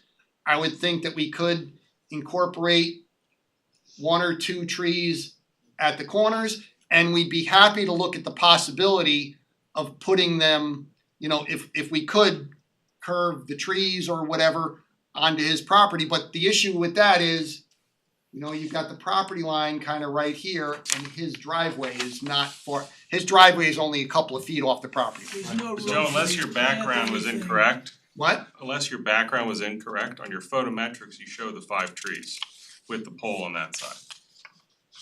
I'm looking at, No, so the photometrics so your did not background, consider the land, that was just the base I gave Okay. to the lighting consultant, and they just ran the program. okay. So I So- think But if they ran the program on that base, then the 0 going onto his side is assuming that you have these 5 trees there. No, it's not. How, if the, We gave them the landscaping so that they would know not to put a pole where a tree is. okay, So that's why we gave them that, not to consider the the height. photometrics don't factor in the natural buffer. No, cause they don't have to, cause you're getting 0 anyway. So the natural buffer is going to make it better. but to Jeff's point, is there a way that, you know, you took out 5 trees, we understand, you know, 1, 2, 3, maybe, you know, the poles could be at number 3 and you have 2 and 4, but where you had 1 and 5, put trees in there so that that area that is just going to be filled with shrubs is relatively small, just around the post itself. And if we can get the post smaller, I think we could do something like that where we put 1 or 2 at each corner of the lot. yeah, filling in as yeah. And that might be, we might be able to do that, and, you know, maybe it's something that I know the shrubs or the trees will grow, but if the plantings will go in after the lighting is in place. We could do something where, you know, we put the tree on the ground and, you know, do a lighting analysis at night before it's in the ground and see, you know, is it really going to impact it or not? You know, we could work with the building inspector, Mr. Corelli, whatever, to place them. And again, we'd be happy to, if Mr. Carlock would be willing to allow us, we'd be happy to shift some of this planting, you know, onto his area of the property as well, if we could, to improve that. There's no room there. there's only this much room. Yeah. You're right on the border. It's right there. I'm telling you, you're gonna put this pole in my face. Why can't we consider changing the wall mounts on the easternmost wall? They're only 8 feet off the ground. The trees that they put them in, and they're 8 to 10 feet off, are gonna block half of it. And 2 years later, I'm gonna have trees that are 4 feet higher, and the light won't make a difference. It's a lot neater, it looks better. I mean, the pole right off my driveway is a disaster. You're probably reducing the value of my property by 20%. I'm not happy with wall-mounted units, you know that. I've talked against them the whole time. I sense that. I sense your unhappiness. Yeah, okay. I mean, so I'm willing to compromise. I'm willing to go back to the wall-mounted units. You want more light? Put more light on them. It's just better for me to do that than to have a pole on my driveway. It So doesn't Joe, make if any you sense. took those 3 fixtures and you kicked up the power to those 3, so the far end of the parking area along the tree line wasn't 0.2, but it was something, it wasn't 2, but it wasn't 0.2, someplace in the middle, is that doable? So those 3 fixtures Yeah. would have to stay where they are. They are at doors and would have to stay where they are. So if we were looking at wall-mounted fixtures, again, they would have to be higher on the building and there'd have to be additional fixtures. Okay, And so those 3. But I don't know if, I mean, And or directed out into the the parking lot itself is only a couple of feet from the property line, Yeah, I 10 know, feet I from the know. property line. So if I'm gonna get to, there's no way for me to get to 2 or about 2 at the curb of the parking lot and not have spillage over to Mr. Carlock's property.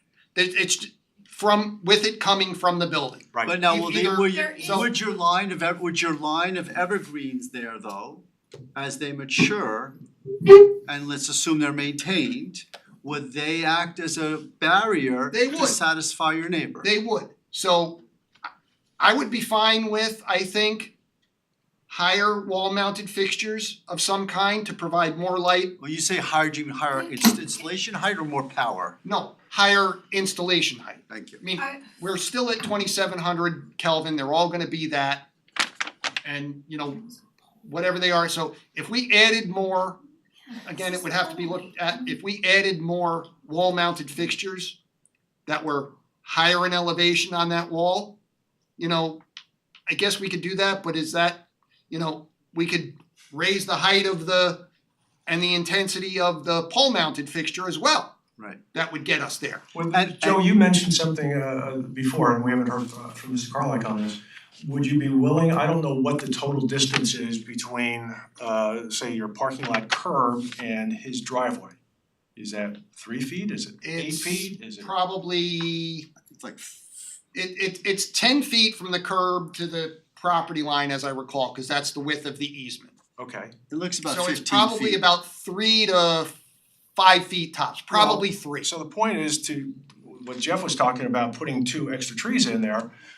Is it not possible that if we work together, that you could put trees behind the pole, granted on his property, but he'll get the benefit of that to grow up and cover that side of the pole, It is possible. right? So Mr. Carlock, that's a solution that will, It is, but it would be, you'd be leaving the landscape plan the way it is now. we would not. Did you just hear what I said? It would be different.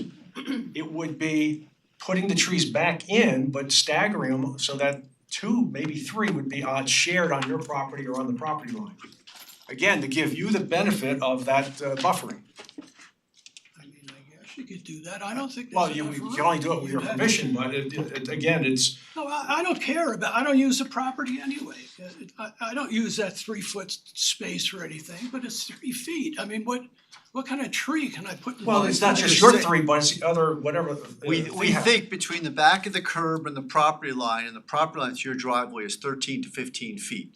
In that 13 to 15 feet, we're looking to plant 2 or 3 additional trees, and they may creep onto your 3-foot area, is that okay? Yeah, that's fine. So we have another option. So you're talking now, about, you think there's 13 feet between the curb of my driveway and the, From the back of the curb of their parking area to your driveway is 13 feet, approximately 13 feet from this drawing. Yes. I'm just looking at the drawing. And you know, I would think that we still might need some shrubs That's close fine, to fine, yeah. Yeah, close to the pole. for the low you know. story, yeah. But I You know, think you could put trees behind the pole. You've only got 3 feet, so it's Well, even kind if of, you don't put it directly behind the pole, the red cedars will grow, they spread. yeah, And they're going to, Yes. we really, can, they're gonna do a better job than fencing And look nicer. and look nicer. we the can, fencing's we, not a start, there's that's the worst. Yeah, we agree with you on that. again, we can do that. So we have one option of shifting some trees and sharing space of Mr. Carlock's property. We have another option of leaving the landscaping as approved and putting in either a taller pole mounted light that's more intense or more wall mounted fixtures on the building that would allow us to get our roughly 2-foot candles in that parking area. And for clarification, all those are on sensors, right? Forget Just making control, sure. forget control for now. Yes, I would we've like to all, point out, that the original plan, before you asked them to explore the alternative, there was a pole light in addition to the 3 wall lights on the other side. Okay, so there was a pole light there. Yes. The candle foot at the edge of the property was, or at the edge of the parking lot was 0.2, it was 0.1 at the edge of the property. Okay, so it was very low and maybe not ideal, but it was minimum. Okay, correct, it was and the minimum. Going back to the original design. and that's what, Which I think is the same. that's what was approved 10 years ago. Correct. That's where we go. Which Gets it. we, as designers and the fire district themselves, were not necessarily happy with that, but we couldn't put a light in the easement because Understandable. Mr. Marshall said we could not. But now the Understandable. DPW commissioner said we could, so I think that there are pros and cons I don't with putting disagree. a hardscape into an easement. I don't disagree, but again, we're dealing with a town and a town entity, we're not dealing with a private Right. owner. Yes, and I think that, but again, for the planning board's information, you know, there is a plan with a pole light that it does light the parking lot sufficiently, although not ideally for the applicant. And you have a neighbor and you have, you know, trying to resolve this matter. You know, and for the board's information, there are many more lights on the site than there were previously. We've now upgraded all of the lights on the old building and added many more lights that are more focused and dark sky compliant. So there's a lot of lights on this property. Tonight, you've agreed and the applicant has agreed to put the lights all on sensors except for the 4 lights on the building. So you have a decision to make about this parking lot. Can you tell me where the light pole was on the old plan? Can somebody point that out? Can It's you in go the to Is that it the red, plan? is it the red one? No, it's between, it's at the edge of the parking lot just before the corner, the first corner. Can you pull up that plan, Joe? I'm going to it.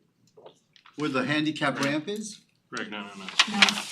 You see right, So, right here. Looks like that. This is the, so SP 18. Gotcha. So Okay. that is, Right here. that pole mounted fixture is the same pole mounted location as the pole mounted fixture that was approved 10 years ago. Gotcha. So And we took it, we moved it to the other side to get more we light, moved it to the other side of the parking lot. and then that triggered all the other stuff. Yes. Yeah. Got it, okay. Yes. but I mean, if it's up to me, you're saying put it back on the other side. go with the original plan. It's not what I like, it's 1,000% better and will cost me nothing if you just go back to what you approved in the first place. That work for you? We have one of the commissioners who may wanna speak. So, Joe, again, Just, yes. excuse me, Mr. Clark. Nancy Zezzi, one of the fire commissioners. We've looked at this a number of times. We've taken into consideration the safety of the firefighters responding either down King Street or coming up, okay? Their safety is paramount, all right? To move the pole down to the other end of the parking lot, in our eyes, is not sufficient. I understand that not everyone is gonna be happy. The district has bent over backward to try to accommodate the neighbor. To my knowledge, he's the only one that has complained. We've done everything, Joe's done everything to try to satisfy some of the complaints. So in our view, speaking from the district, we would like that pole to be where it is now on the plan, in the middle, so the lighting is sufficient for the responders when they come in. And again, And I'd also on- like to on the thank you all alternate for your plan. time, on the alternate plan. Yes. Okay, and while I'm up here, I just wanna thank you all for the time and effort that you put in trying to make this plan work. All right, thank you. Okay. Any other thoughts, Stuart, Jennifer?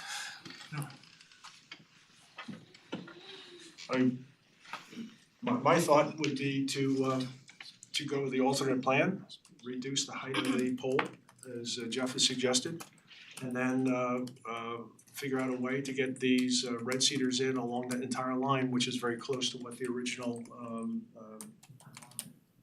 landscape plan was. And that way, I mean, not immediately, but within a short amount of time, the starkness of the pole will be covered by these trees, and it will give vegetative buffer, and it will accommodate the lighting that the department wants to see and needs.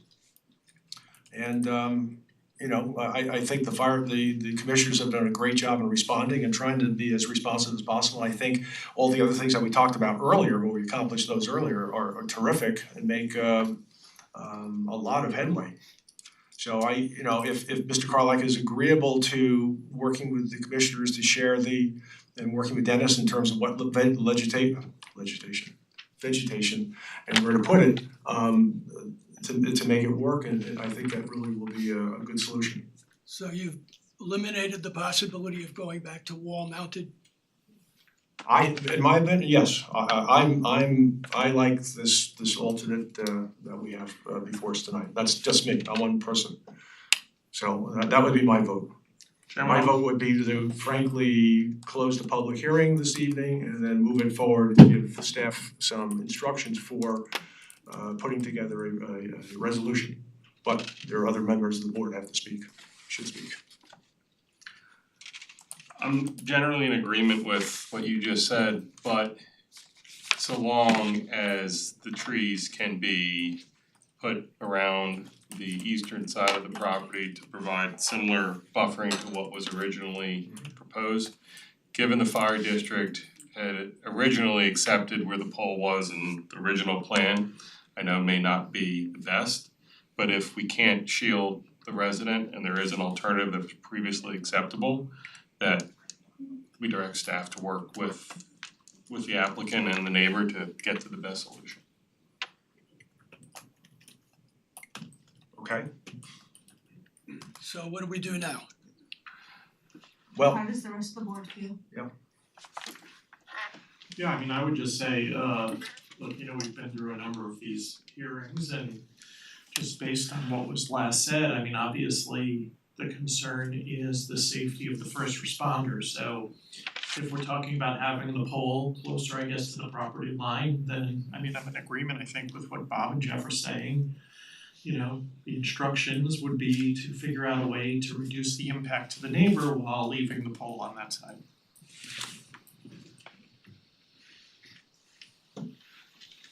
okay, Jennifer?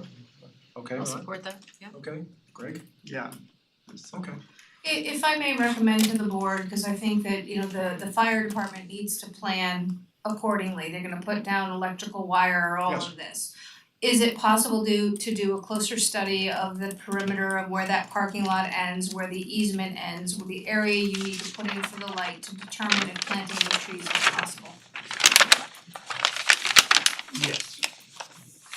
Cause I think Dennis may wanna look at that closer in closer detail and really understand. I would think I want to too, which is why I had suggested that at least, you know, we could look at incorporating some of these trees, but maybe not all, where we would have some shrubs closer to the pole. So, but again, I don't know, Would that satisfy the planning board? Well, if you are gonna look at them, I'm gonna ask you to look at one more thing. Okay? Kind of again, it's looking to split the baby.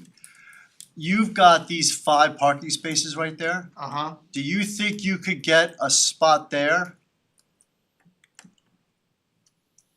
And the middle parking space, you turn that into an island and you put your pole there?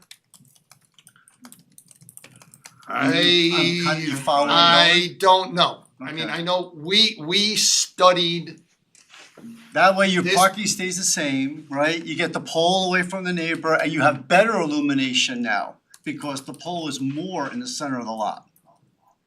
You do have a little island popping in your parking area, which could make it difficult for the firemen to get in a quick havoc way as they're coming to fight a fire. So I wouldn't wanna make anything more difficult Well, for them, but if I was to do something like that, probably what I would do is a small, bulb out. well, it would have to be 3 feet off of the Easement. easement or off of the pipe at least. Maybe even off the So- back of the You curb. should- So that spot. I would probably try to make it I as think they need small the as I spot. could and Yeah, then they need stripe the the spot. rest.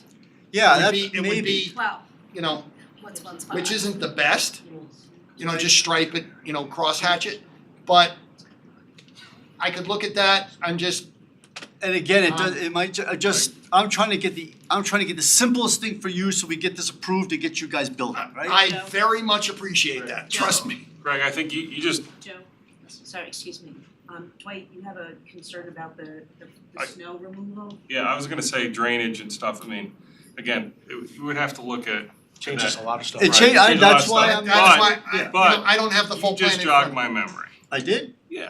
Good.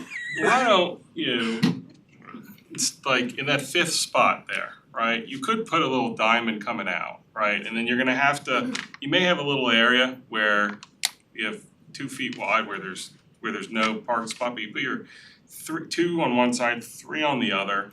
But you're able to shift the pole a little bit further into the area while I'm still maintaining 5 full spots and getting further away from, you understand what I'm saying? I think I do. I think you're saying put like a little diamond at the end here, but the issue there is, as I said, the pipe, according to the survey, we need to dig it up and see where it really is. The pipe is, according to the plan, a foot or so behind that curb. So to put the pole base in on the other side of the pipe, it still has to be 3 feet away from the pipe itself, according to the DPW committee. That's our difficulty there.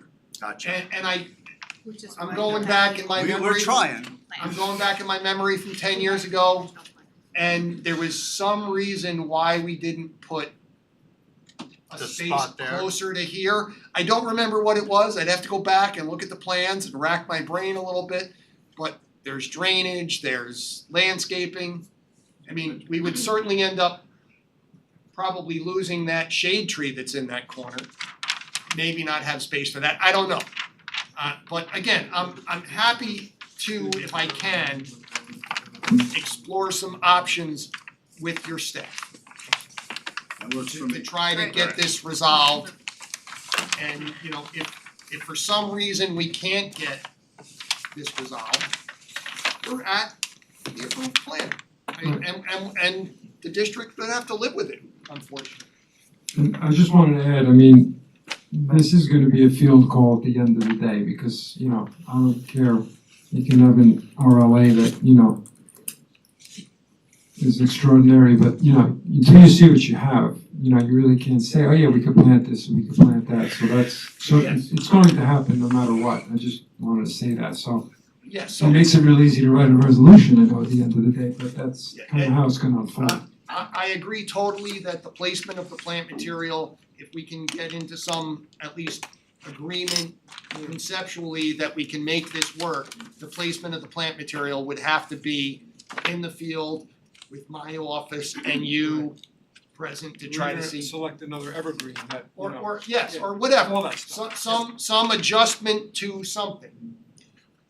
I would like to request that the board consider closing the public hearing tonight and voting on the alternate as the preferred lighting for the district.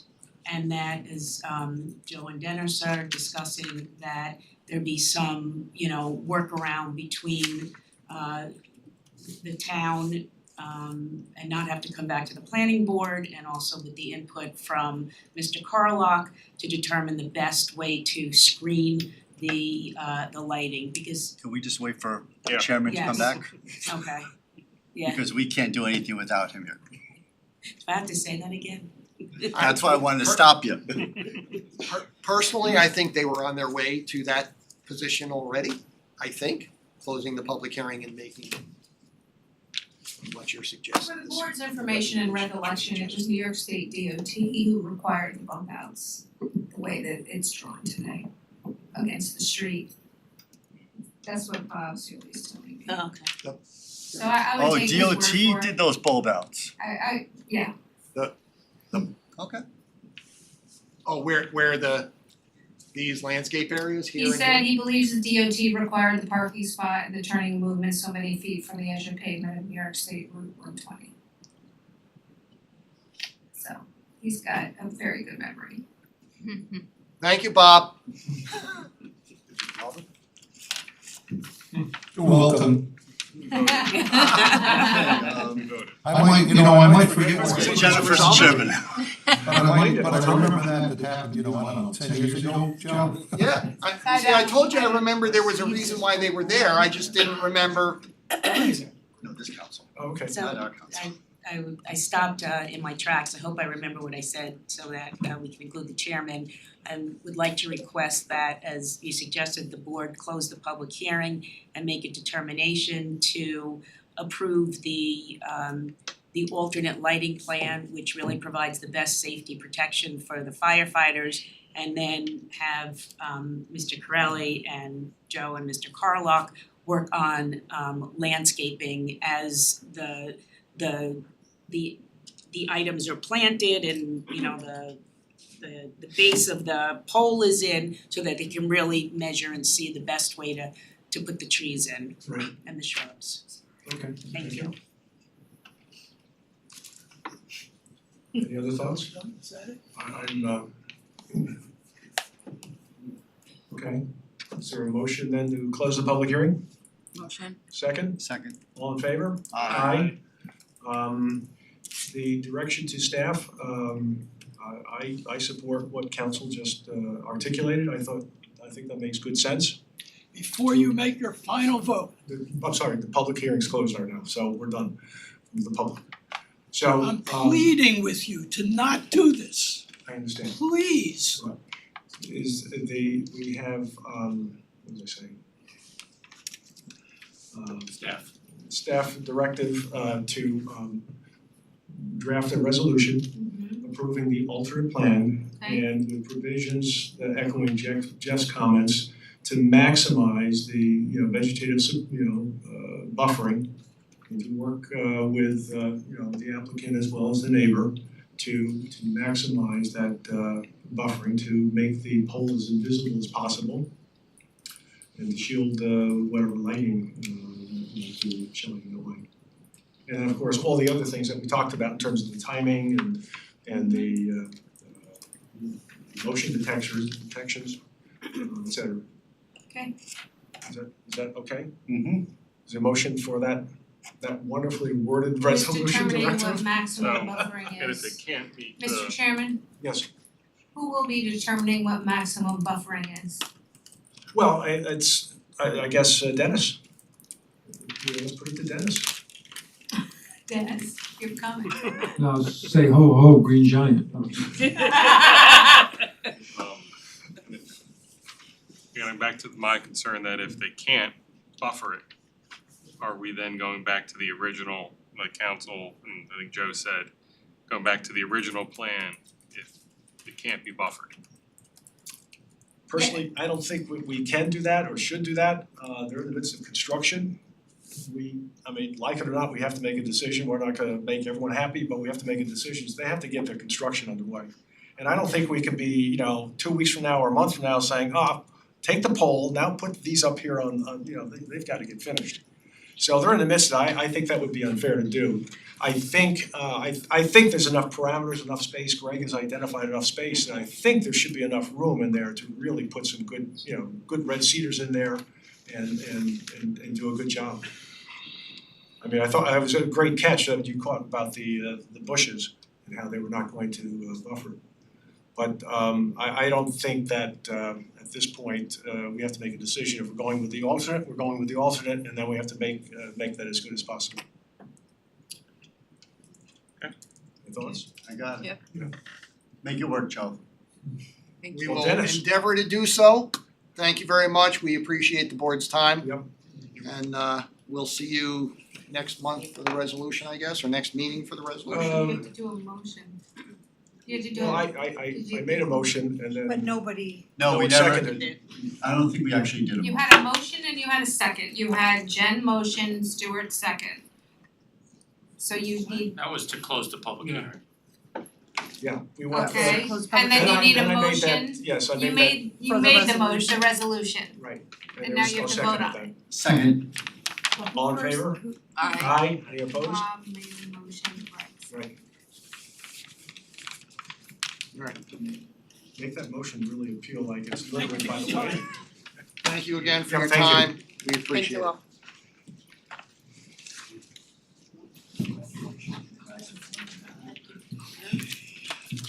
Okay, we move now to our next item. This is also a public hearing, a first time. New York Metropolitan Reference and Research Library Agency, 249 Croton Down Road. This is an application for a preliminary subdivision plat approval.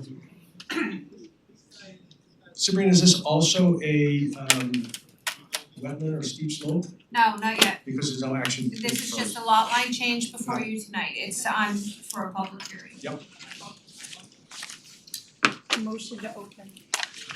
Motion. Second, Second. all in favor? Aye. Okay. Good evening, Mr. Chairman. My name is Keith Potensky. I'm the attorney for the applicant, the New York Metropolitan Reference and Research Library Agency, which is a 501c3 not-for-profit organization that provides library services to the metropolitan area.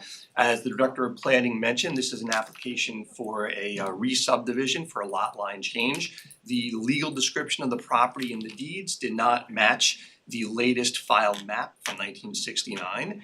And this predates the current owner's ownership, but we're here tonight to try to clean up the discrepancy by getting this re-subdivision plat showing a lot line change that would bring the legal description into conformity with the latest filed plat as we submitted, so that we can get it approved by this board and then submit it to the county. And then the next step will be, as you suggested, to apply for the special use permit with the zoning board of appeals, and as I understand it, the zoning board will then refer the matter to this board for the wetlands, steep slopes, tree removal, etc.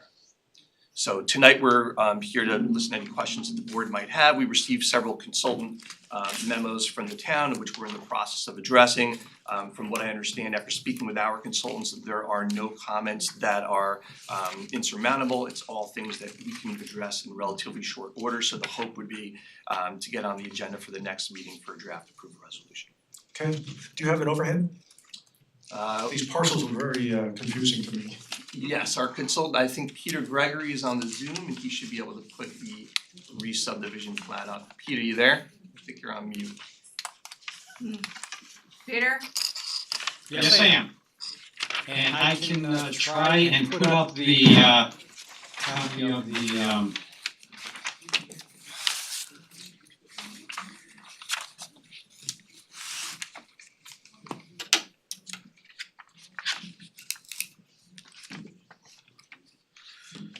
okay.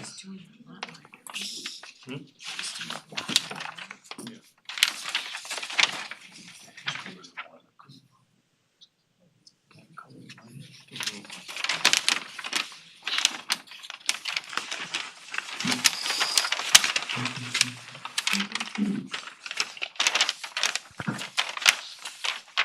you like me to walk you through it?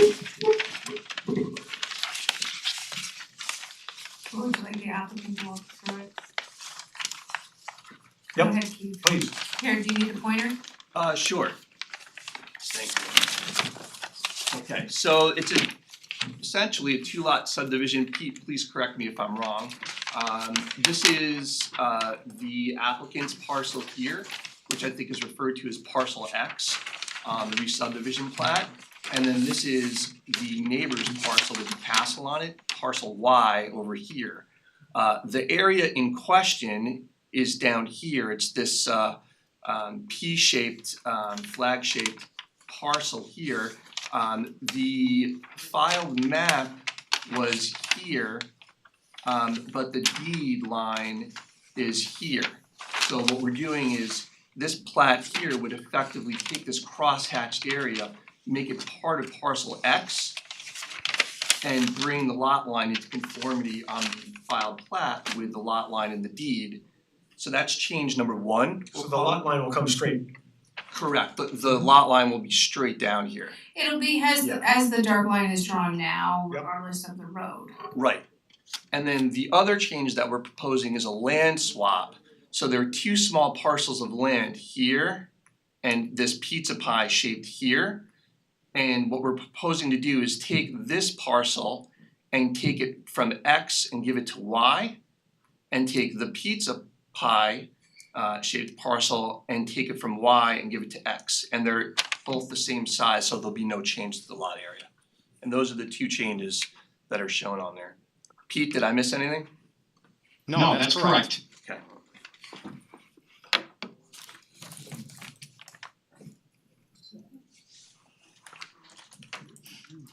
Okay, Sabrina, you got some thoughts, comments? Sure, so it is confusing. Again, there's a whole history that was submitted with the application that showed a number of filed deeds. That was And more confusing. well, this has a history of deeds being filed to create the three parcels that they're trying to divide into two parcels through this action. And when you file a deed and you don't get subdivision approval and file a subdivision map, it makes it very hard to trace back. Credit to the applicant for going through that task of identifying the general shape, following meets and bounds and deeds to trace that history. As the applicant stated, you know, we're trying to rectify a situation that occurred in the past where applicants have filed deeds and haven't gone through the formal subdivision process. There are three lots ultimately that the applicant is trying to create two lots out of as one action, and then they're doing a land swap of equal amounts of land between the final two parcels. Right now, the lot line change table that they have submitted doesn't correctly represent three lots going to two lots. And so my comments relate to creating that table so you understand from lot X, they will be taking half of whatever you called that parcel. X1 or? X1, and that Y will also get part of X1.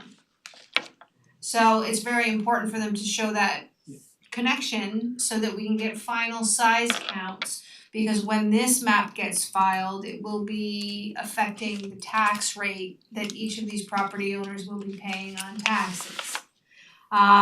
So I did ask for confirmation as to some of the differences in lot sizes from what the town's records have versus what the applicant is now showing drawn, and just make for certain that those are the actual lot sizes, so we don't end up in this position years from now. There were some changes regarding references in the table. Parcel Y had the incorrect section lot and block numbers, so we had to clean that up. It is a type 2 action in accordance with State Environmental Quality Review Act, so you have no further environmental assessment needed. And you know, I did speak with the applicant today. They indicated that the changes that both myself and the deputy town engineer had recommended are very possible to be done within by the next submission deadline. So you could continue this to your next meeting, the public hearing, and then direct a draft resolution if you so choose. So we meet again, what, the 21st, right? Yeah. Okay, No, not October 21st, November 5th. November 5th, okay. November 5th, we've already passed the deadline. Yeah, for- I would think so, yes. Yeah, we've already passed that. Right, okay. So that's all I have. And Okay. Bob may have additional. Yeah, Bob, you had some thoughts? Yes, good evening, Mr. Chairman and members of the board, thank you so much, guys. Basically, I have 10 comments to try to go through real quick here. Number one, site easement is shown on the previous file map, 16573, and it's on the west side. Southern Road on property which is now formerly Meredith. I would recommend that to be shown to keep it consistent, it's not shown here, but it should carry the same merit as was shown on 16573. That's number one. Number two, they show the wetlands and the water courses. However, it's always been our town's past practice to always show not only the wetlands and the water courses, but the actual 150-foot wetlands buffer, because this will be coming back to the planning board as well for wetlands approval. So it's critical the planning board sees the extent of the actual 150-foot buffer throughout the whole site. That's number two. Number three pertains to number two, really, it's an important note. Since this is coming back to the planning board for wetlands approval, it's basically standard notes we put on every subdivision that has wetlands that's approved by the board. No building permit shall be issued for construction. Activities include land development activities within 100 feet of the regulated buffer, as shown on the subdivision map, all this wetlands permit is being granted by the planning board. Critical note. Number four is really graphics in nature. It's the way they have those swap out parcels, they show them as like almost like little mini lots, they really gotta be defined more. So really, when you're showing the lots that are gonna be removed, should always be half-tone dashed as far as line weight and line type, and then show the heavy border of the actual proposed subdivision boundary line is heavy, line type, so it's easy to see that on the map. That should be just cleaned up a little bit. Number five, reference documents the old previous owners. They should show the new control numbers for both the new owners, which is the basically the library, Metropolitan Library, and Peter Bottom. That is not shown on here, it's critical they show that. Number six, indicate and label the current owners for parcel X and Y as found in the control numbers based on number five. And then number seven, parcel X, Y should be delineated to demarcate the proposed boundary of parcel X and parcel Y with heavy line weighting. Kind of already mentioned that. And I would like to see in past practice to keep it consistent, to be called a re-subdivision map, keep it in compliance with chapter 113, and the tax lot numbers for all adjacent property owners should be shown on the plat as well. And the legend for the Westchester County should be only in no jurisdiction. It should not show individual well and water supply. That's only when there's a creation of new lots and you have new site developments, which this subdivision does not. And those are my comments for tonight, Mr. Chairman. Okay, thank you, Bob. Dennis, you had some comments? Yes, I mean, not that echo Bob is correct, just to show those wetlands. So I just wanted to go through, for me, just a verification of them. I know I walked the property once with Nate Hill and saw, wetlands and a lot of things are contour defined, but I knew that from looking at another plan, I think that was sent to zoning, that Paul Jennings did the delineation, so I know he typically does a report, so it was good to get a copy of that, and I just like to walk the site and just verify the lines that are gonna end up on this filed map. So I haven't had an opportunity to do that, so I was just sort of requesting that from a field perspective. And also, I didn't know if the applicant had gone through, since we are in 2025, you may wanna verify that you have no state jurisdictional wetlands because you can't look at mapping anymore, you have to go through DEC for that JD. So, again, they're only gonna regulate 100-foot adjacent areas, so if you're outside of that, you don't have to worry about dealing with them. But, only because you put it on the application that they don't regulate it or they don't have jurisdiction, they're the only ones really that can make that determination now. So and that basically summarizes my comments. Okay, great. Questions, comments from board members? Okay, is there a motion then to continue the public hearing with it directed to the, are the members of the public wish to speak on this? I'm just a neighbor who likes the idea and would like to start work on it. Thank you. Then I have a question, what is the idea? So we'll be submitting full plans to the board, but it's essentially a 2,500 square foot library building and a garage and a small parking area. And it's called the Library Field Project. So during COVID, when we couldn't use the interior of the libraries, these organizations experimented with taking the libraries outside, and they were doing story time with kids outside and story walks and things like that. There's a strong research component here as well, so the idea is to encourage members of the public to come onto the property and do their own research projects, detail which flora and fauna are available on site. This property is ideally situated because it's next to the town park, which is great, so there are gonna be interconnected trails, and the idea is to take the concept of the town park and essentially extend it to this property and add a library. And you said 2,500 square feet? Approximately, yeah. Pete, did I get that right? That's correct, yes. You'll hear more about that when they come back to you for that. Thank you. You're welcome. Do you have any outdoor lighting that we need to worry about? Just pole lighting. Yeah, right. Okay, I've got no comment. good. So we'll continue the public hearing then on what was it, November 5? Yep. November 5. And do we think we'll be close enough that we can ask staff to prepare a resolution then, or do you wanna do it after we close that public hearing? Anticipating we close it. Up to the board. I I mean, think we'll have all the material, right? he said he'd be able to submit it by the deadline. If it's not submitted by the deadline, then there'll be no resolution. Okay, so if it is submitted by the deadline, should we direct staff to draft the resolution? I think so. Yeah. Is there a motion for that? Motion? Second? Second. All in favor? Aye. Thank you So for your we'll see time. you then. Thank you, looking Yep, forward to thank it. you. Go Yankees. Thank you. It's over, right? What's the score? Is it 6-1? No. Already? It's just. Did they Down or 6-1 up? Yankees? Down. Ah. Career and a 2-run home But run. we're not done. He's a killer. Alright, we We're not have, done, we're not done. we have the minutes. No, I know. We have the minutes of September 16. Any questions, any questions, changes, issues on any of the minutes? No. If not, is there a motion to adopt the minutes? Motion? Second, Second. all in favor? Aye. Aye, okay. Is there a motion to close the meeting? Motion. Second, Second. all in favor? Aye. Aye. Good night, all. Good night, all, Good thanks. night.